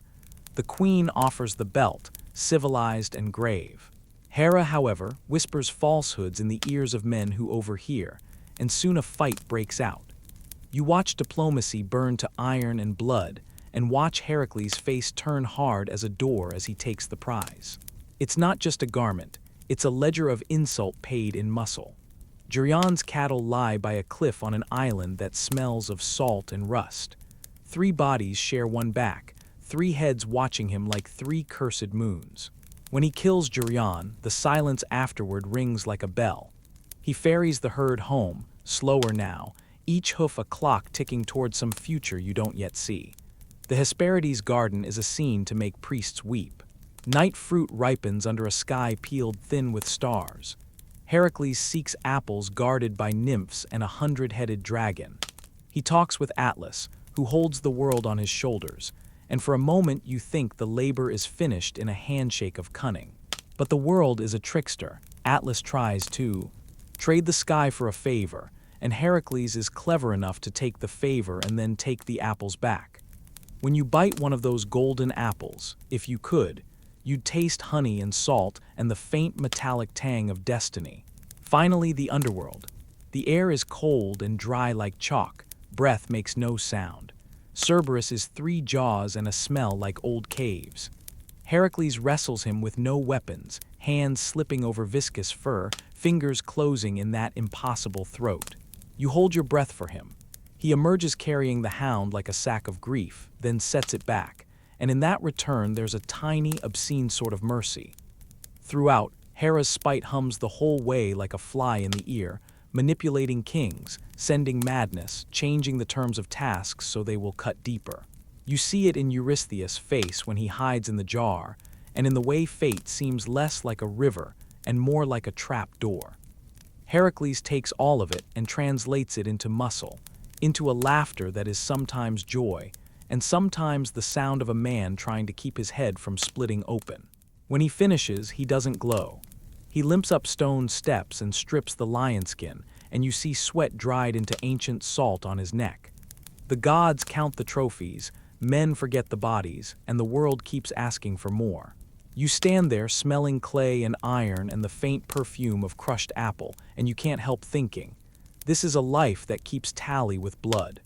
You would not trade places with him, not for the deeds, not for the renown, and certainly not for Hera's attention.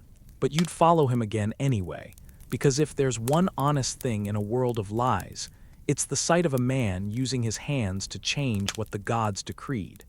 You step onto the Argo as if stepping into a rumor. The wood smells of fresh-cut oak and resin, a bright, sticky scent that clings to your hands. The hull rocks underfoot like a living thing. Argus, the shipwright, grins, palms calloused and knuckles black with pitch. He speaks to the planks as though to an old friend. The ship answers back, in a voice stolen from Dodona, a low, timbered whisper that sounds like wind through pine and makes the hairs on your neck stand up. They say the beam can speak prophecy. It only ever speaks like a man with secrets. You find your place among 20 oars. Each pull is muscle and ritual. Salt sprays your face and tastes like copper. Gulls wheel above, laughing. Bronze glints in the sun where warriors sit. Helmets, greaves, the little flash of a spearhead. You feel you could be anywhere on Earth and yet nowhere. A plank between Olympus and the Black Sea. Jason moves through the crew with a king's stride and a shepherd's ease. Not yet. The hero carved into stone, just a man everyone is watching to see if the story will bend to him. He smells faintly of wine and bay leaves. He promises a fleece and the return of a throne. Promises are tickets here. They are what gets men to risk rope and life. Your first side incident is small and sudden. Hylas, a boy with cheeks like underripe peaches and a shoulder-length lock always tucked behind one ear, leans over to fetch a cup. The sea answers him with a hand that is not a hand. Nymphs, thin-lipped, water-sweet, and patient as eels, rise from an anchor of weeds and press against him. They pull at cloth and skin with fingers that feel like cold pebbles. Hylas laughs, and then he is laughing somewhere else. Heracles, whose arms are like tree trunks and whose temper is a weather front, crushes the rails with 2 fingers and howls, until the sea gives him nothing but a shaking silence. They search until musk and sand mark the days, and then Heracles steps off the Argo and stays behind, madness tucked under his eyes. You watch him go because there is nothing else to be done. The sea keeps what it wants. You do not rehearse courage in the moonlight. The world hands it to you with the stink of fish and the rasp of hemp against your palms. You learn the rhythm, the shout, the pull, the creak of ropes. You learn to sleep with one eye open, to pry your eyelids back when thunder clouds gather like an army on the horizon. The Argo is not just a ship. She is a universe that groans, a throat of wood that swallows you whole. Then the rocks begin to speak. The Symplegades clasping cliffs that smash ships like shells mark a narrow throat in the sea. Their first snap feels like the world's jaw closing. You watch a dove sail ahead, white against black water. It dodges a falling stone by millimeters. The second wing is sheared dark with spray. The cliff bites down, foam flies like powdered bone. The Argonauts hold their breath as if air were something you could hoard. Jason feels for the wind, times the rowers, screams a wordless command. The Argo slips between with a scream of tarred rope and the timber's low song. When the cliffs grind themselves shut behind you, the shore offers a kind of applause, an exhale that smells like crushed rock and old seaweed. Your heart is a drum under your ribs. For all the gods boasting, luck is often the quietest deity. You do not get long to enjoy life. Lemnos rises from the map like a joke that got away from the teller. The island is thick with smoke and sweet with oil. Women move through courtyards with hair braided like snakes. They have killed their men, poison, knives, a tidy brutality born of neglect and revenge, and the scent of that decision hangs heavy. The Lemnian women greet you with wine and grease, soft hands slick with ointment. There's a strange, aching hilarity to it. Warriors, unused to being courted instead of commanding, find themselves easy prey. Songs are taught to forget. Men forget their names for a week. You spend nights beneath perfumed blankets listening to laughter that is more blade than balm. Then one morning, you come to an old king with an old sorrow. Phineus sits in a cave whose mouth is a tooth. His food is always stolen from him by winged things with claws, harpies, who make the table foul with their passing. He is a prophet, chained to the present by a curse that refuses closure. The Argonauts do not stand around debating hospitality. They hunt. Harpies swoop down, a smell of rot and of iron, and two men lash out with nets and spears. Harpies bat like frightened cats and leave behind the stench of their visit. Sour bread, goose fat, Phineus's hair clumped from tears. For this small mercy, Phineus gives a map that looks like an accusation and a blessing that tastes of ash. He tells you to let a dove run between the clashing rocks. He tells you which wines to flinch from.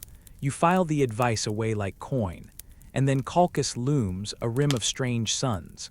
The land is a furnace. Eads, bronze armor dull as old coin, greets you not with bread but with a list of impossible labors.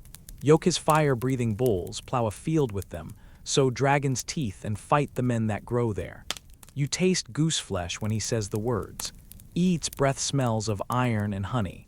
The fleece itself hangs in a grove fenced by a sleepless serpent whose eyes are moons. A dragon's scales clink like coins in a brazier. The sound of its breathing rearranges the air. This is where Medea steps into the light, and your hands begin to do things they will later wish they'd never done. She moves like someone who has smelled the future and decided to go anyway. Her fingers are cold. Her voice runs thin as a blade of grass. She gives you a salve, a whisper, a knot of herbs that smell like rain on tin roofs and the bitter citrus of rue. She says names to the serpent that are wrong and right all at once, names that unbuckle the watchfulness in its chest. You smear the salve on your arms and it fizzles as if laughing at your skin. You yoke the bronze bulls, their hooves leave prints of molten metal, sparks leap. The field eats flame and still you plow. You cast dragon's teeth into the earth, and when the men rise, Medea tells you which to strike and where. She is mercenary, brilliant, and colder than you expected.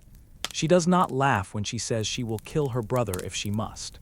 You feel the room tilt. You do not like the tilt. At the grove the dragon sleeps because a woman who loves you told it a lie soft as milk.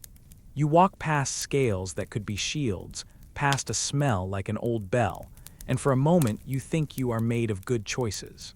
The fleece is heavier than you imagine, matted and sun-bright like polished hair. You lift it and the world tilts again, not with ease now but with consequence. You leave Calchas holding a treasure that hums. Medea gets onto the Argo with you, sleeves smelling of herbs and a promise that fits like a knife under the ribs. Behind you, fires bloom. You hear the clang of pursuit. The sea closes you in like an accomplice. You row and row until the world is a smear of foam. On the deck that night, the fleece wrapped in a sail like a newborn, you study the faces around you. There is exhilaration. There is the faint, iron taste of guilt. Men drink to victory. Some weep into their cups like children. You know, as a marrow-deep thing, that stories do not end where victories begin. Every favor bought from a god or a witch writes its name in a ledger you cannot see until the bill comes due. The Argo creaks and the timber whispers. You think you are escaping fate. The sea knows better. You stand on granite that has been warmed by a sun that doesn't care for prophecies, your palms gritty with salt and sand, and you smell blood before you see it, that iron smell that hangs in the nostrils like a second skin. Perseus is a silhouette against the Hesperian landscape, young, lean, and too dangerous to be sentimental. Athena walks beside him like a patient shadow, her armor whispering bronze. Hermes has left footprints on the wind, and a feather now sticks to your sleeve, the faint ghost of winged sandals. Nobody here pretends this is polite. The Gree are gone. You saw that little theft happen earlier, like a bad joke played at the gods' table. 3 sisters who share one eye and one tooth between them, bat's voice and whale-skin faces, all gray and knitted like old rope. You watched Perseus slip behind them while they bickered over the single eye, and he pinched it between 2 fingers and became a new kind of nightmare, a thief not for gold but for knowledge. They groped and tore at each other, howling in a language older than superstition, while Perseus held the eye up like a bad omen. With Hermes' nudge and Athena's unblinking direction, the Gree gave him what he needed. The map to the nymphs, the names of the gifts, and the path to Medusa's rock. You still have the taste of salt in your mouth from watching all that. Salt from the sea, salt from their tears, salt from the world itself. Now you're crouched in a bowl of stone below the cliff where Medusa sleeps. The air is. So still it presses against your eardrums. The snakes in Medusa's hair breathe like small animals behind cloth. Their scales click in a soft, metallic staccato. Medusa's face, when you finally force your eyes toward her through the mirror of Athena's polished bronze shield, is not a monster the way the storytellers make her out. She looks human in the way that horrifies you. Sleeping pale, lashes dark as ink, breath shallow and regular. But the snakes are alive, and they twist and curl and sometimes snap their heads together in jealous argument. You smell them. Dry a little of the swamp, a faint tang of copper like coins kept too long in a pouch. Perseus moves like a stolen promise. The winged sandals clip and whisper over the stone. Hermes' laughter flits at the edge of hearing, light as a gull. Athena steadies his hand by placing her hand on the shield so the reflection doesn't flicker. Nobody looks Perseus in the eye. You learn, in the ancient way men do, that sometimes staying alive requires you look at a thing through metal. He approaches as if rehearsing a funeral speech, dagger at his waist, the kibices, the woven sack, folded in ways that mean gather and go. He is given 3 weapons, the helm of darkness, making him into a ghost, the mirroring shield, making him into truth, and the sharp blade that will separate what is and what was. The blade slips like cold into their world. The first cut does not sound like the song's promise. There is no triumphant trumpet, only a small, wet whisper, and a sound like a sack being unfastened. Blood kisses the stone and hisses. Snakes writhe and, affronted, lash at the air. You taste iron now, it is everywhere. From where you stand, from behind Athena's bronze, you see the last breath like a moth leaving a jar. Perseus does not revel. He laughs once, a laugh too thin, because myth promises triumph, but reality hands you a theater of consequences.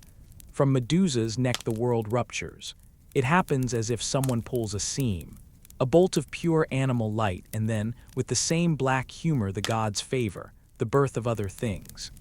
2 new lives spill out, a winged horse with spray like thunder in his nostrils, white and furious, and a boy with eyes already knowing the taste of bronze. Pegasus snuffles for air and stamps, shaking the salt-sprayed stones. The young giant, Chrysaor, glares and then sobers. You crouch, stunned. The babies of monsters are always too large for their beginning. You reach out, but Athena's hand is on your shoulder, a reminder that some of what you witness belongs to the gods' ledger, not yours. There is a quick, ugly side incident you do not forget. A herdsman on the cliff below attempts to steal a dropped scale for luck, and Pegasus, or the rumpus of. A newborn divine horse bucks him off like a rag doll. The man curses, bleeds, and never suspects he carried an omen in his pocket. Another small, bright moment. One of the snakes, dislodged, slithers into a pool and begins its own small life of fangs and sun. Life multiplies in places you thought only death would live. Perseus tucks Medusa's head into the kibices as if tucking a thunderstorm into a satchel.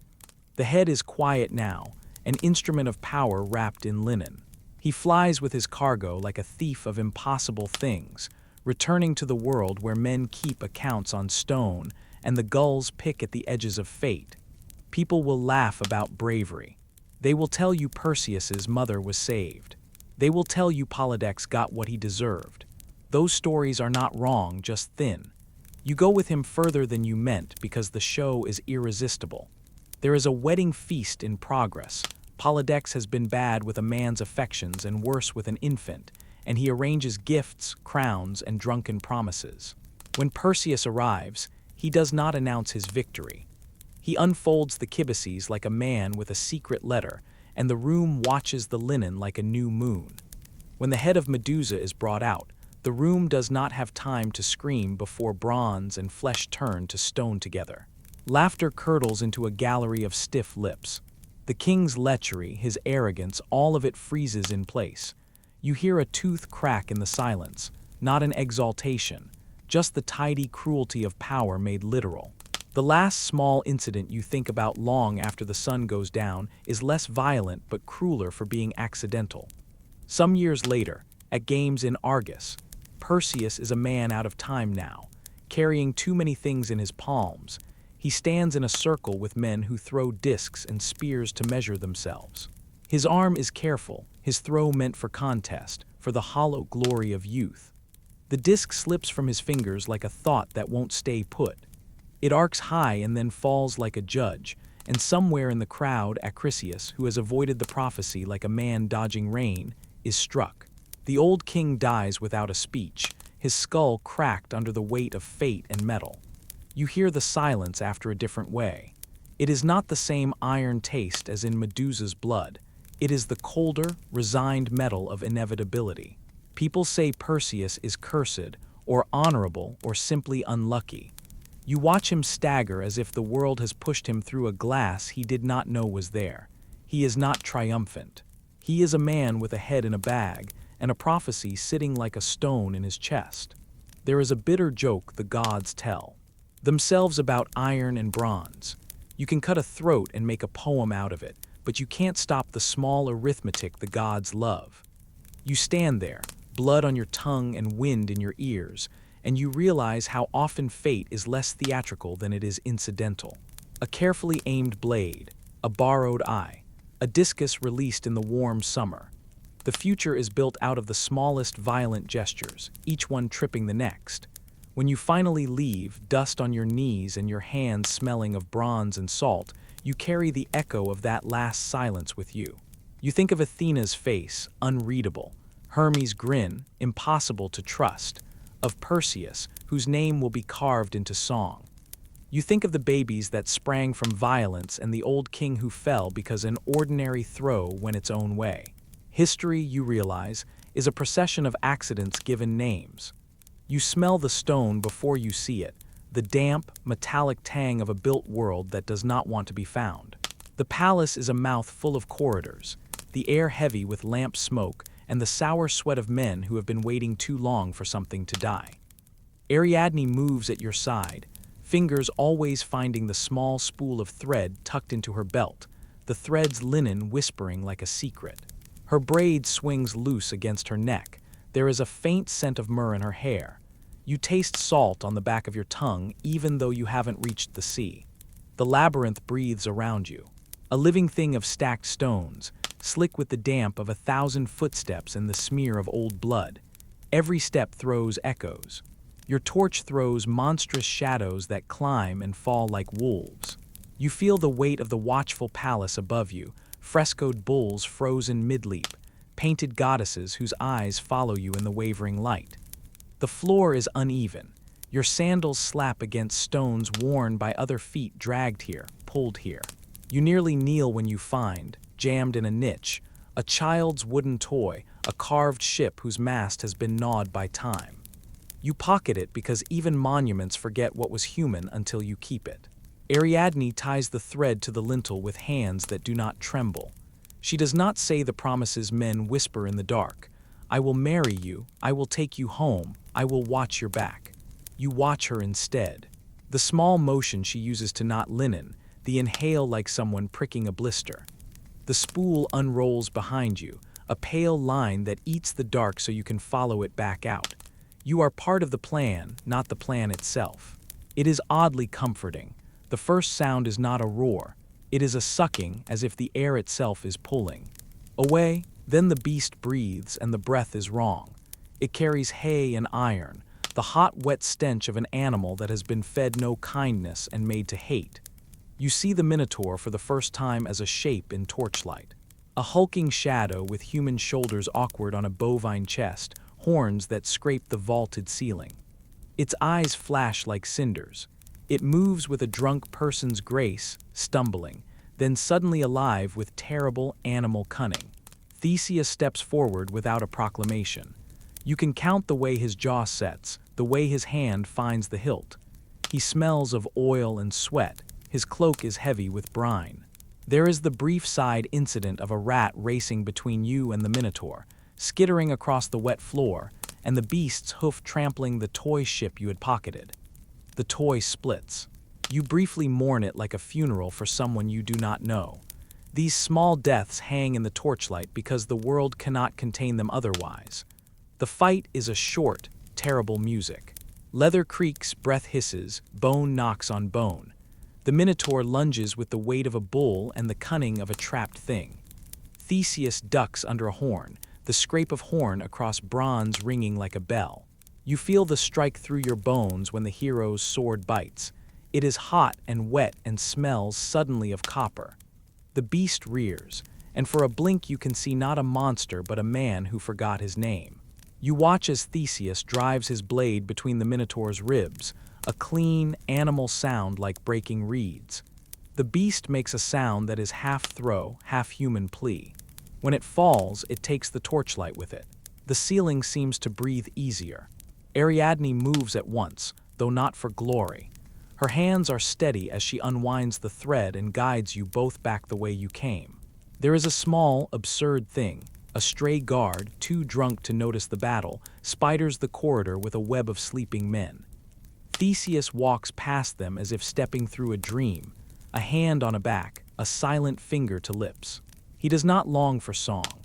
He is tired in the way of someone who has used up his luck. You emerge into the night like birds spilling from a broken cage.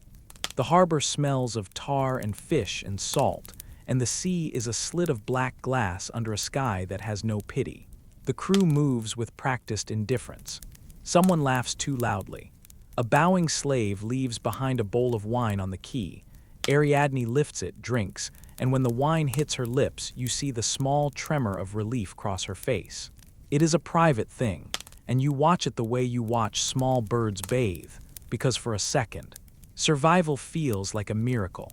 The voyage back is a long bruise across the belly of the world. Oars dip in unison. The night folds and unfolds. You have time to count the stars and find them wanting.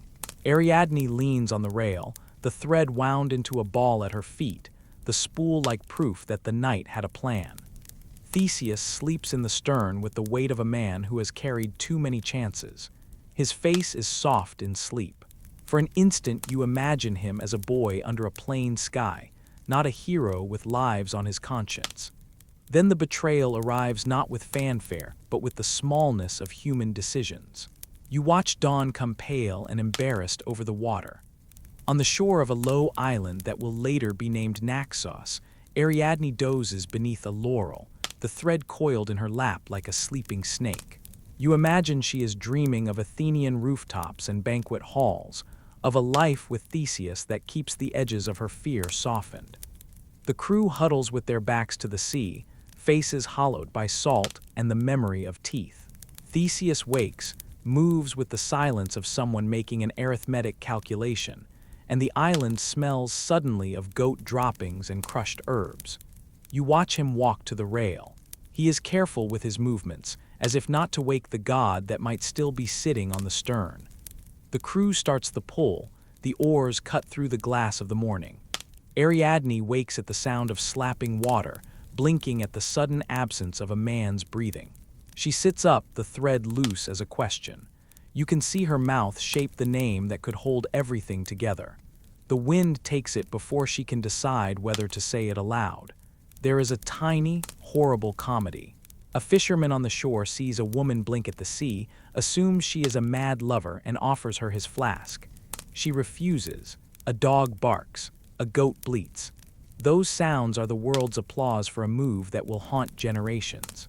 Theseus does not turn. He lets the ship slide away while Ariadne scrambles to the cliff, while she calls until her voice becomes raw. In the boat, someone jokes, a low sound like a rock rolling down a hill. Theseus does not laugh. You see Ariadne twist the thread around her fingers until the linen bites. She has been given a map of escape, and the map has been sucked away. You see why myths keep this moment. It is not lightning or a curse that marks betrayal, but the steady, planned absence of one man's fidelity. The sea takes the Athenian ship. The island swallows the woman. A gull passes and drops a scrap of kelp on the wake like a final, ridiculous flag. Ariadne sits on the stones and cleans her hands with seawater. She tastes iron and salt, and then, absurdly, a trace of myrrh remains. She watches the figures of the ship fade, and your hand presses at your own throat because breath turns into a thing you cannot bargain for. The island is quiet enough to listen to the small things. The clicking of a crab's claws, the slow, persistent sigh of waves. You want to throw a rope, you want to curse Theseus for his cowardice or honor him for his pragmatism, but the sea has already made its choice. When you close your eyes, you can still see the thread dangling from the lintel of a forgotten doorway, the way it unspools like a promise. You can see Ariadne on the rock, precarious and enormous, adjusting her shoulders to the weight of what is left. The sun climbs, and there is no sign at first of a god coming to stiffen the scene into a legend. There is only the salt, the braid, the empty hull, and the small things that keep happening because the world must go on. A fisherman mends his net, a goat grazes, a gull eats, and a woman whose life has been unstitched ties the linen thread into knots like prayers. You stand in the long hall of Menelaus's palace in Sparta, and the room breathes around you, torches gutter, fat from the spit hisses, and the air tastes of roasted lamb and bitter wine. Bronze bowls clink. Someone at the far end is retelling an old boast. The floors still hold the ghost of mud bootprints from the morning's errands.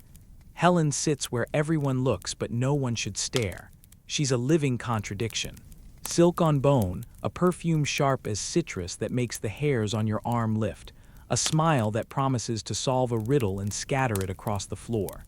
It's excessive, absurd. It's weaponized beauty. People keep muttering like lit candles passing a draft, the face that launched 1,000 ships. You hear it and feel the supposed joke as a premonition. Flash back for a moment, because wars don't start in a single breath. They begin with a small, obscene transaction. You were on Mount Ida once, or you imagine you were. Smoke from animal offerings curls into the cold. Goat's blood glitters. Priests chant in a language older than the palace you'll later stand in. Paris, a shepherd turned prince, is there with a simple tunic and an awkward grin. 3 goddesses stand before him, Hera sharp as an oath, Athena like a spear, and Aphrodite smelling of salt and want. They ask him a foolish, fatal question: who is the fairest? He points at Aphrodite. She presses a secret against his ribs, Helen.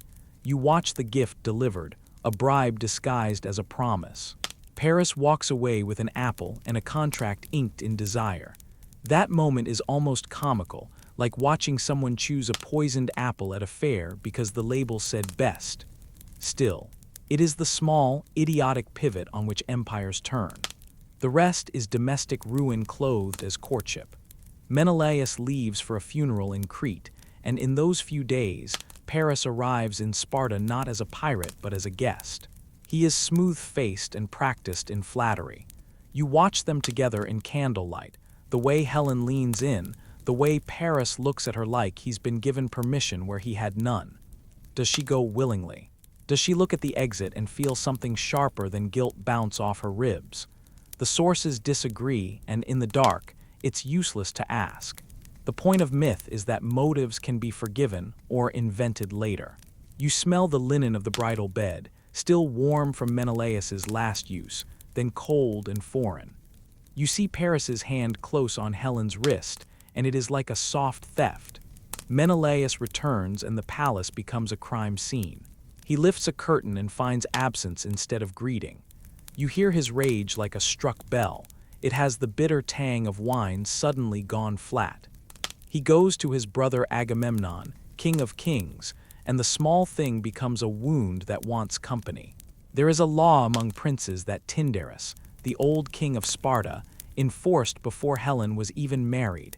Every suitor swore an oath to defend the marriage of the chosen husband. It was prudence shaped into a curse. You see those sworn hands come together again, like kernels of tinder being rolled into a torch. The oath is the mechanism. What began as jealousy becomes interstate diplomacy. Men become bound by honor, oath, and the bad taste of necessity. Suddenly, a single woman is a political asset with an attached military clause.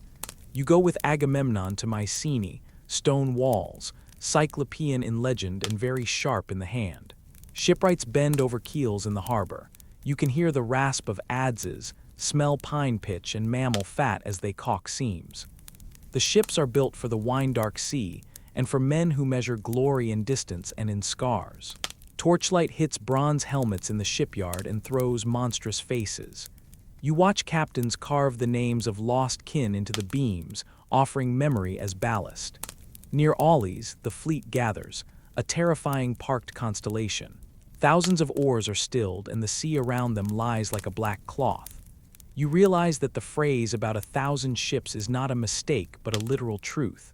These are not metaphors, but enormous, expensive, hide-and-wood things, smelling of tar and iron, creaking in the wind. Yet they will not leave. The winds refuse to blow. You feel the frustration physically, the way men kick at the air as if personal affront could summon a gale.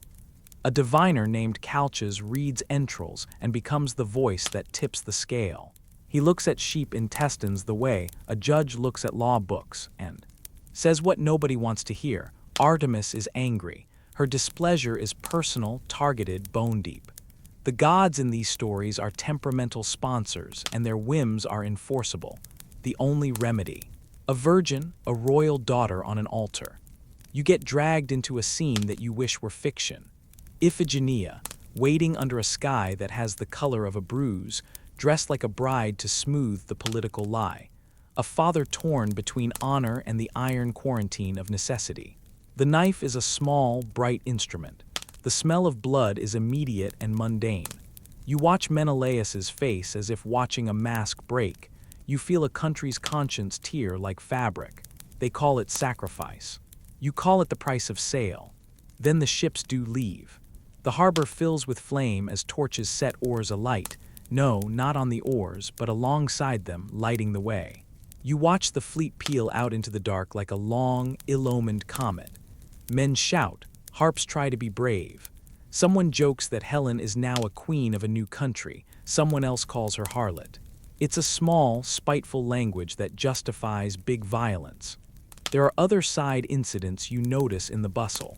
A captain getting drunk and drunker until he argues with the tide. A pair of young suitors who spar with wooden spears outside the gates and break more than pride. One loses a tooth and never gets to tell his grandchildren what he saw at Troy. An old woman quietly threading amulets into the seams of packs, whispering against envy and the eye. These are the human rubbish at the feet of history, small, precise, and untrumpeted. The Greek banners approach the coast of Troy, and the city looks like a stubborn bruise on the horizon. You sense how absurd the whole enterprise is. Not a clash of civilizations, but a family dispute inflated by pacts, divine grudges, and vanity. Yet now the world rearranges to suit it. Fields are abandoned, lovers wait, and songs are composed that will outlive the dead. So you stand, watching this colossal stupidity and inevitable tragedy. Helen, whether traitor, pawn, or trophy, becomes both catalyst and cipher. Men teach themselves to hate and love her in equal measure. Their oaths and bargains harden into strategy and then into slaughter. The sea that was calm while she was a rumor now churns with thousands of oars. The face that launched 1,000 ships is less a compliment and more an indictment. Beauty that calls armies into the world and makes gods the most convenient scapegoats. You smell the tar, you hear the ceremonial music fizzle into the cries of the wounded, and you realize that the Trojan War is not a single event, but a long, terrible decision set in motion by a single human heartbeat and the godly promises that answered it.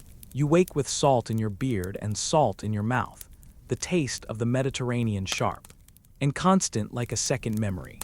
The oars creak and thud in the rhythm of men who have lost track of time. Your hands have the map of calluses from 1,000 winters. Your ship is low in the water, hull stained dark with barnacles and old blood, a bronze spearhead glinting from the prow where a man once died to keep you afloat. You are Odysseus, or at least you are the one everyone thinks of when a plan must be made and a lie must be dressed in the skin of truth. People call you clever. Gods call you arrogant. The first landfall after Troy smells of wild thyme and ash, the island of the lotus eaters. At first it is a sun-washed picnic. Men stretch, wives seem possible again, leather sandals pounding dry earth. Then a taste, a leaf. Sweet-sour like honeyed nettle and cheap wine. One by one, they crumple into a languid stupor. You wake them by forcing bitter oil into their mouths and dragging them by the hair. You cut loose anchors with hands that shake because you can already hear it in the undercurrent. This journey is a test of appetites. You burn a stick to remember the taste of home. One man slips back to the bushes and becomes a rumor swallowed by reeds. You burn a second stick and pretend you do not notice the look on his wife's face when she learns he is gone. You remember the Cyclops cave before you see the rock blighted by his shadow. The air inside smells of wet sheep and burned wool. It is too hot and too full of human fear. You watch a giant sleep with a single slow breath that rattles the bowls. The plan is sharp as the sword you steer with. Wine, patience, a sharpened stake. You whisper that your name is nobody because you have learned how words can be weapons. You drive the stake into the Cyclops' one dim eye and name him nobody while his friends beat on the cave door and he screams, "Nobody is hurting me." You and your men stagger into the night, the taste of smoked meat on your tongue and terror in your muscles. Pride claws at you like a barnacle. You cannot resist shouting your true name from the deck when you are out of reach. The sea answers with thunder from Poseidon. The sea will not forgive a man who mocks its children. There are smaller cruelties. On one windless day you stop at the floating market of Aeolus, not the god himself, but a keeper of winds who keeps jars and bargains. He gives you a sealed sack, a neat, crackling promise of west wind to fill your sails. You sleep with that sack under your watch because you have learned to be miserly with trust. One drunken hand on deck, a man who has had one too many cups and one too many dreams. Of home thinks the sack contains treasure. He cuts it. The wind pours out like a living thing, flaying your sails, taking the ship and 3 good oarsmen with it back to where your eyes cannot follow. You are left with the taste of iron in your mouth and the sudden memory of a face you will not see again. The nearest shore is a place where giants use ships for toothpicks. Laestrygonians hurl boulders like oranges, and you feel your hull give with the sound of a throat being cut. You are learning how quickly human plans can be terminated by sheer force of jaw and stone. Circe's island smells of sweet brine and something like caramel when you step into it. Red-haired, slow-moving, she invites you to a feast that makes the world soft around the edges. Her food tastes like childhood and lies. One by one, your men wake up in the stables, bristling and snorting, pushed in bodies that no longer look like themselves. Circe moves through the house like a slow tide, offering vanity and forgetfulness. You draw a sword and a promise and go to see her. She pours you a liquor that tastes like bitter copper and gives you a herb that makes her spells scratch at the edges. You keep your mind. You bargain for your men, and the bargain has a soft, terrible cost. You stay with her for a year, and for 12 months you taste love as if it might be food and forget the calluses at your hands. The memories of that year are sticky, and late at night, you find yourself naming the scent of her hair to the empty hull. The underworld is a place of cold breath and the endless tang of damp stone. You dig with your hands because you must, and there is no choice. The dead come like smoke. Tiresias is a man wrapped in a far deeper kind of darkness, his voice thinner than your scarred throat but steadier than most gods. He tells you how to survive and how you will fail. He tells you to avoid the cattle of the sun. You taste dust and old wine in that place, and the regret of every sailor who ever looked at a map and then at his hands and wondered where he went wrong. You pass sirens who sing like broken harps. Their melody is not beautiful so much as accurate. It remembers everything you love and then lists it as if in a grocery order. You smell your wife's hair, hear the laugh of a child you never had. You lash yourself to the mast. The ropes bite into your wrists. Your men plug their ears with wax and row with faces red and set like carved stone. You hear a voice in your head offering you not death, but a roomful of answered questions. You do not untie yourself, and later you laugh at the sound of your own pulse, a small, ridiculous thing you almost traded for a song. Scylla and Charybdis sit like a pair of cruel old women at a narrow throat of sea. One is teeth and shadow, the other a mouth that opens into a well. Your helmsman swears, a vowel that curls like smoke. You choose Scylla because you are taught to choose the lesser evil, and because sometimes ethics is all about how many people you can afford to lose. 6 men are pulled screaming. Their limbs beat your ears like drums. The blood steams on the deck under the sun. You keep your hands on the tiller because there is a moment where panic spreads like rot and must be smothered. You are a man who knows how to count losses and keep the rest. There are corollary little deaths. One night a man you loved like a brother is struck by a spear during a raid, and you build a pyre on an unnamed beach. The fire smells of resin and the man's chest, still warm, and you speak lies into the smoke to make his departure less cruel. You remember the way he folded his kingly cloak around his shoulders, the promise he made to see his mother's face again. You watch his silhouette fall into shadow. You take his knife for luck. Calypso keeps you afterward, island and goddess both. Her cave is cool and damp and full of the sound of waves threading into limestone. She offers you eternity like a slow poison, immortality, comfort, the end of longing. The goats in the dusk wander like librarians. She makes your bed and tends your wounds as if polishing a vase, and for 7 years you learn how to be a man who can be content in a permanent compromise. You grit your teeth. The idea of home is a ghost that thumps in your chest. The gods, who enjoy meddling like craftsmen enjoying a new toy, send Hermes to tell you to go. You have been offered a whole life in one hand and a battered, probable death in the other. Which do you take? You choose the narrower path because your name is tied to a place, and to people who will stab you or sing for you in equal measure. When you finally stand once more on Ithacan soil, the island smells of goats and the familiar piss of old dogs. Your cloak is a patchwork of storms.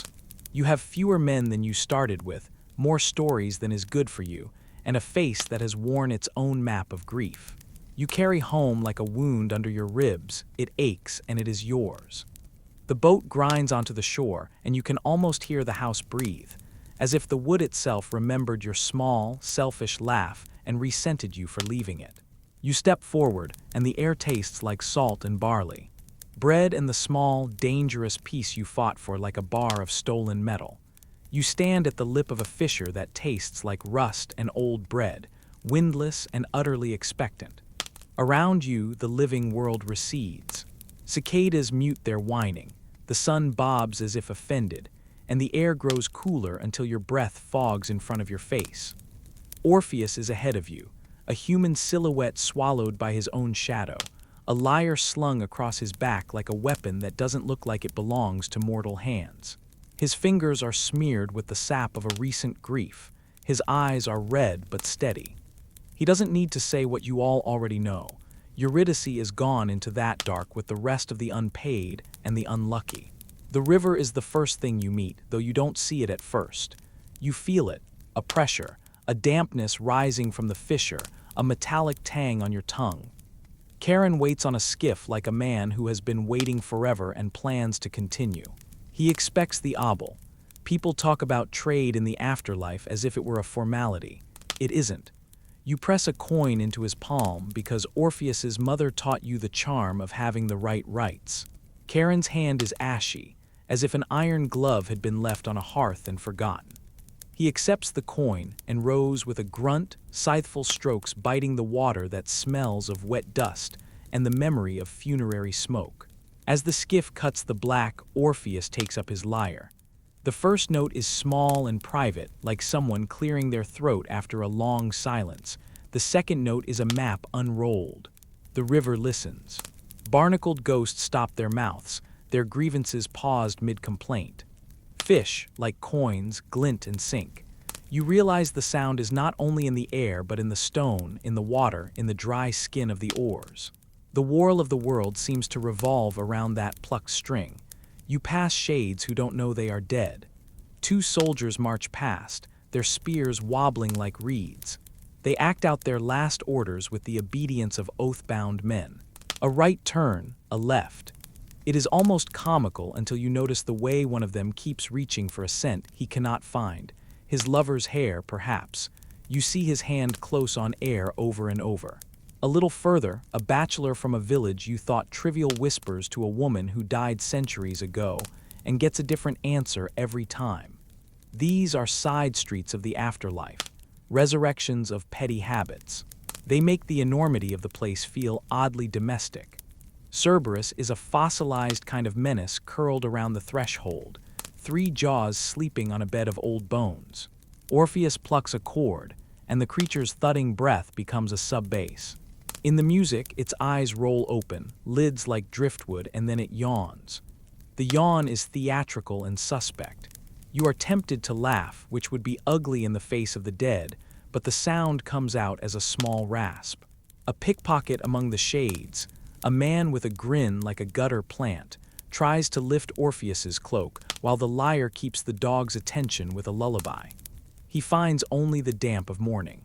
He slinks away with the practiced disappointment of a thief who steals grief and finds it empty.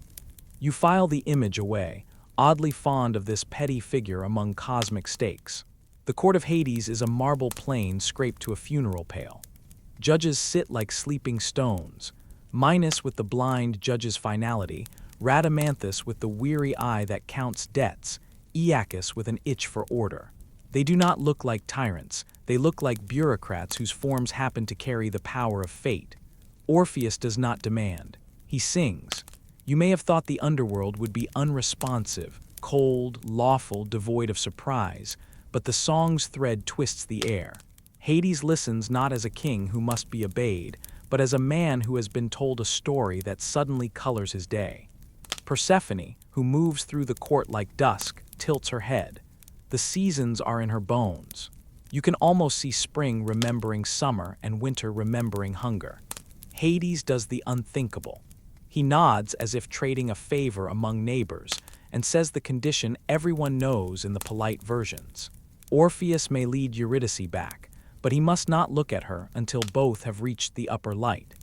It's a soft cruelty disguised as hope, the kind tradesmen give you because they enjoy the drama of business. Orpheus bows like a man negotiating for coin, like a man who believes his music can seal what laws cannot. The journey back is a string of nerves.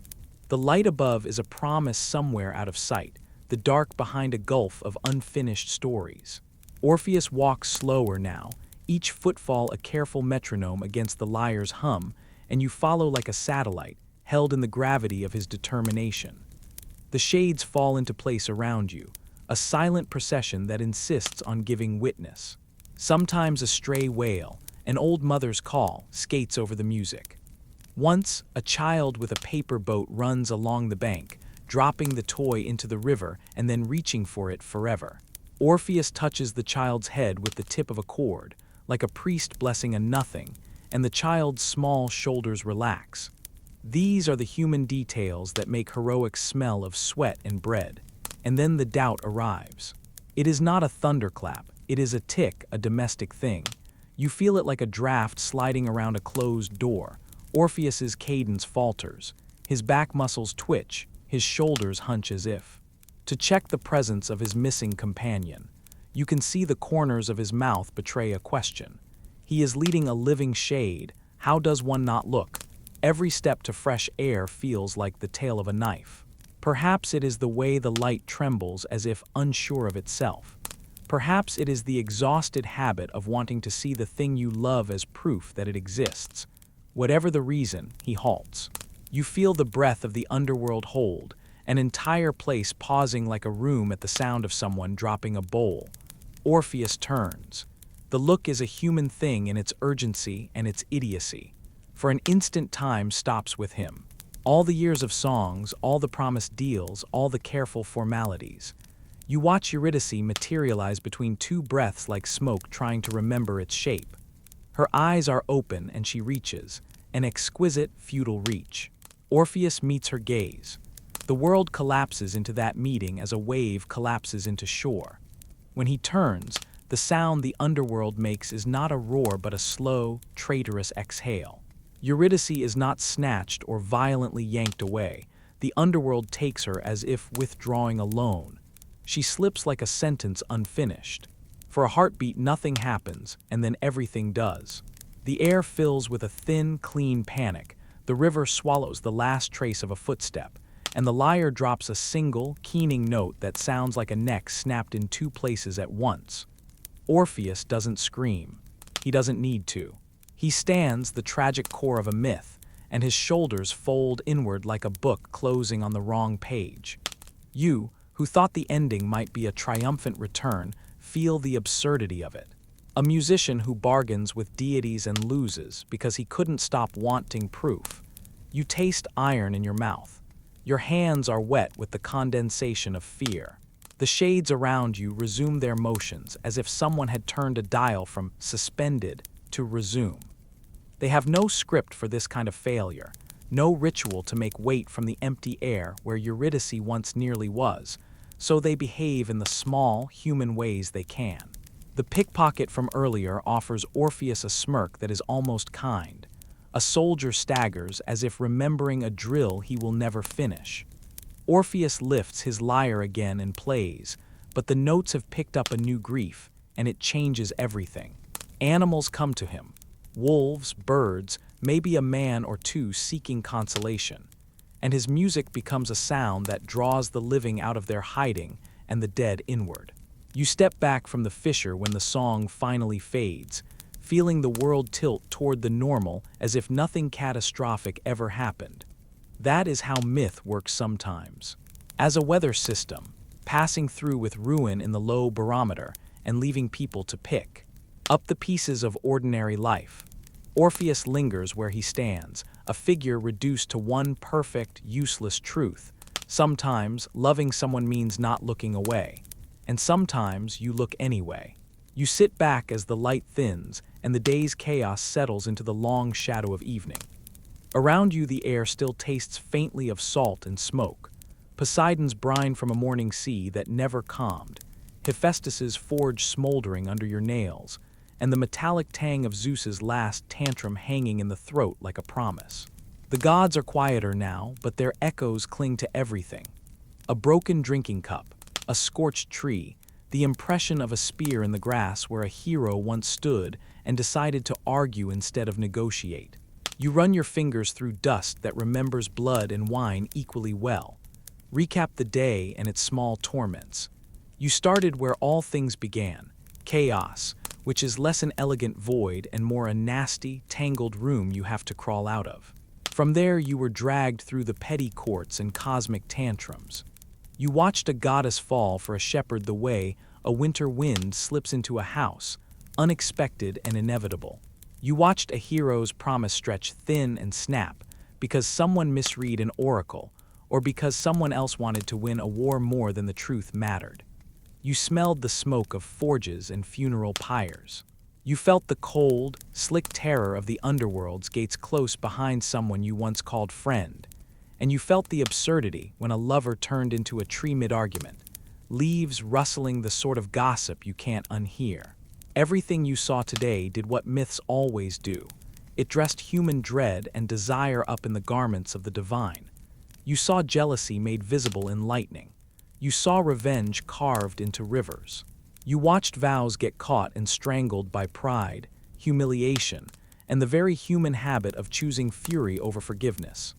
You watched people and gods alike try to make sense of pain by making rules out of it: sacrifice, prophecy, ritual. Those rules kept the world comprehensible, even if the explanations were violent or petty.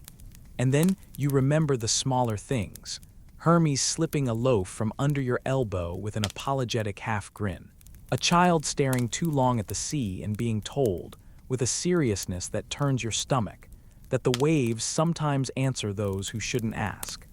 A woman weaving a curse into a blanket not because she loves curses, but because she has bills and a bad marriage and a cramped life. A king who claims descent from a god because lineage is a good lie when the truth is inconvenient. These moments are not dramatic in the way heroes are. They are human. That more than anything, the repetition of small survival tricks and petty cruelties, makes the myths feel less like stories and more like a worn neighborhood map that everyone carries. Stained and folded, now pull the thread labeled myth versus reality. The myths are not just creative fiction, they are ways of remembering. They are human minds trying to stitch meaning onto the raw, unpleasant facts of existence. A storm becomes the anger of Poseidon, because it is easier and more useful to talk about an offended god than to admit how small you are in a violent world. A sickness becomes punishment or a prophecy to be obeyed, because naming it gives you a place to aim your fear. Ancient people did not have germ theory or meteorology. What they had instead was narrative, and narrative is a neighbor with both a shovel and a tendency to gossip. Yet myth and history are not enemies. They exist in the same room arguing about who gets the last slice of bread. Archaeology and philology strip layers back and often leave you with nasty little facts. Yes, a city burned.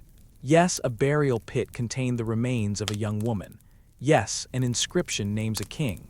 But even those facts are awkward things without stories.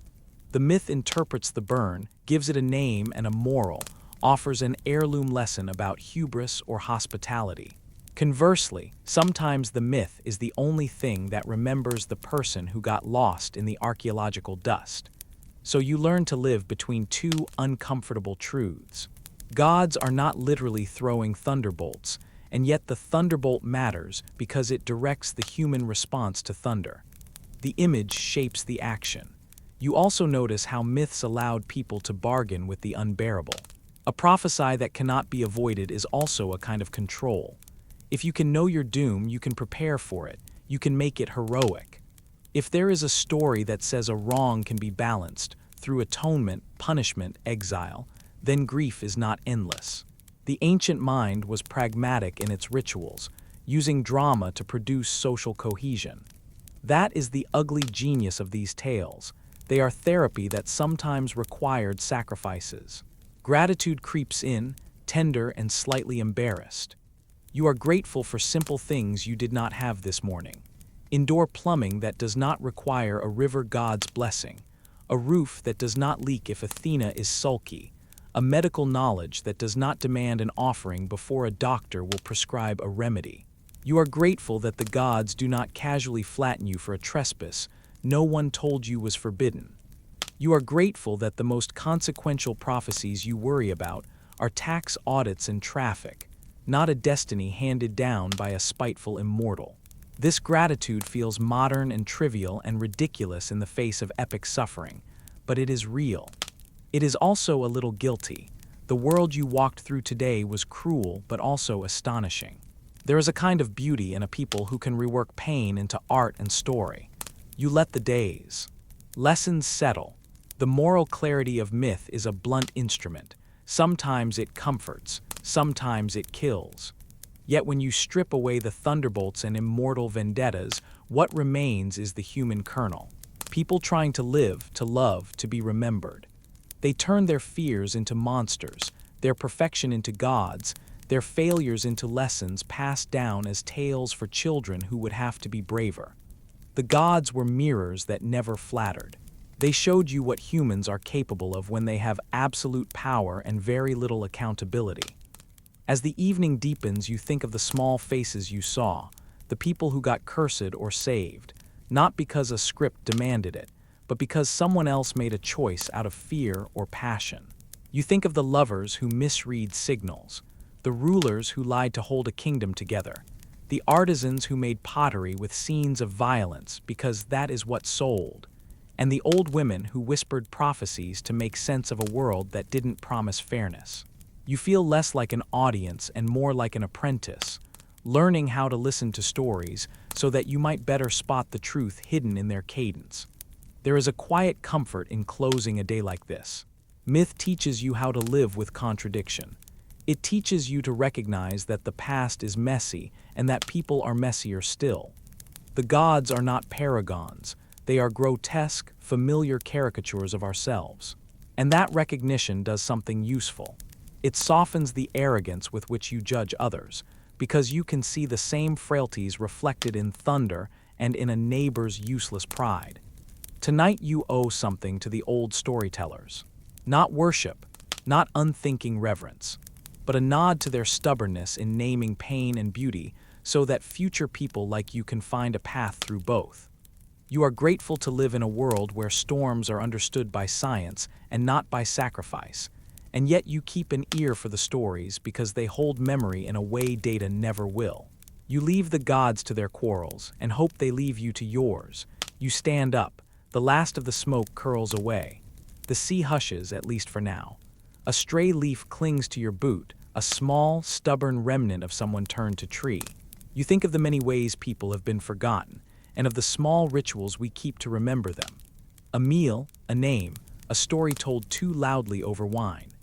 You walk back into your actual life carrying a head full of wrong prophecies and right lessons, the salt of Poseidon's shore still under your nails, and somehow, a quieter gratitude for the simple mercy of a world that has laws we can test and explain. The gods will go on squabbling in their chaotic way. You will go on living in yours, wiser and more wary, and better at telling the difference between a thunderbolt and a metaphor. Greek mythology,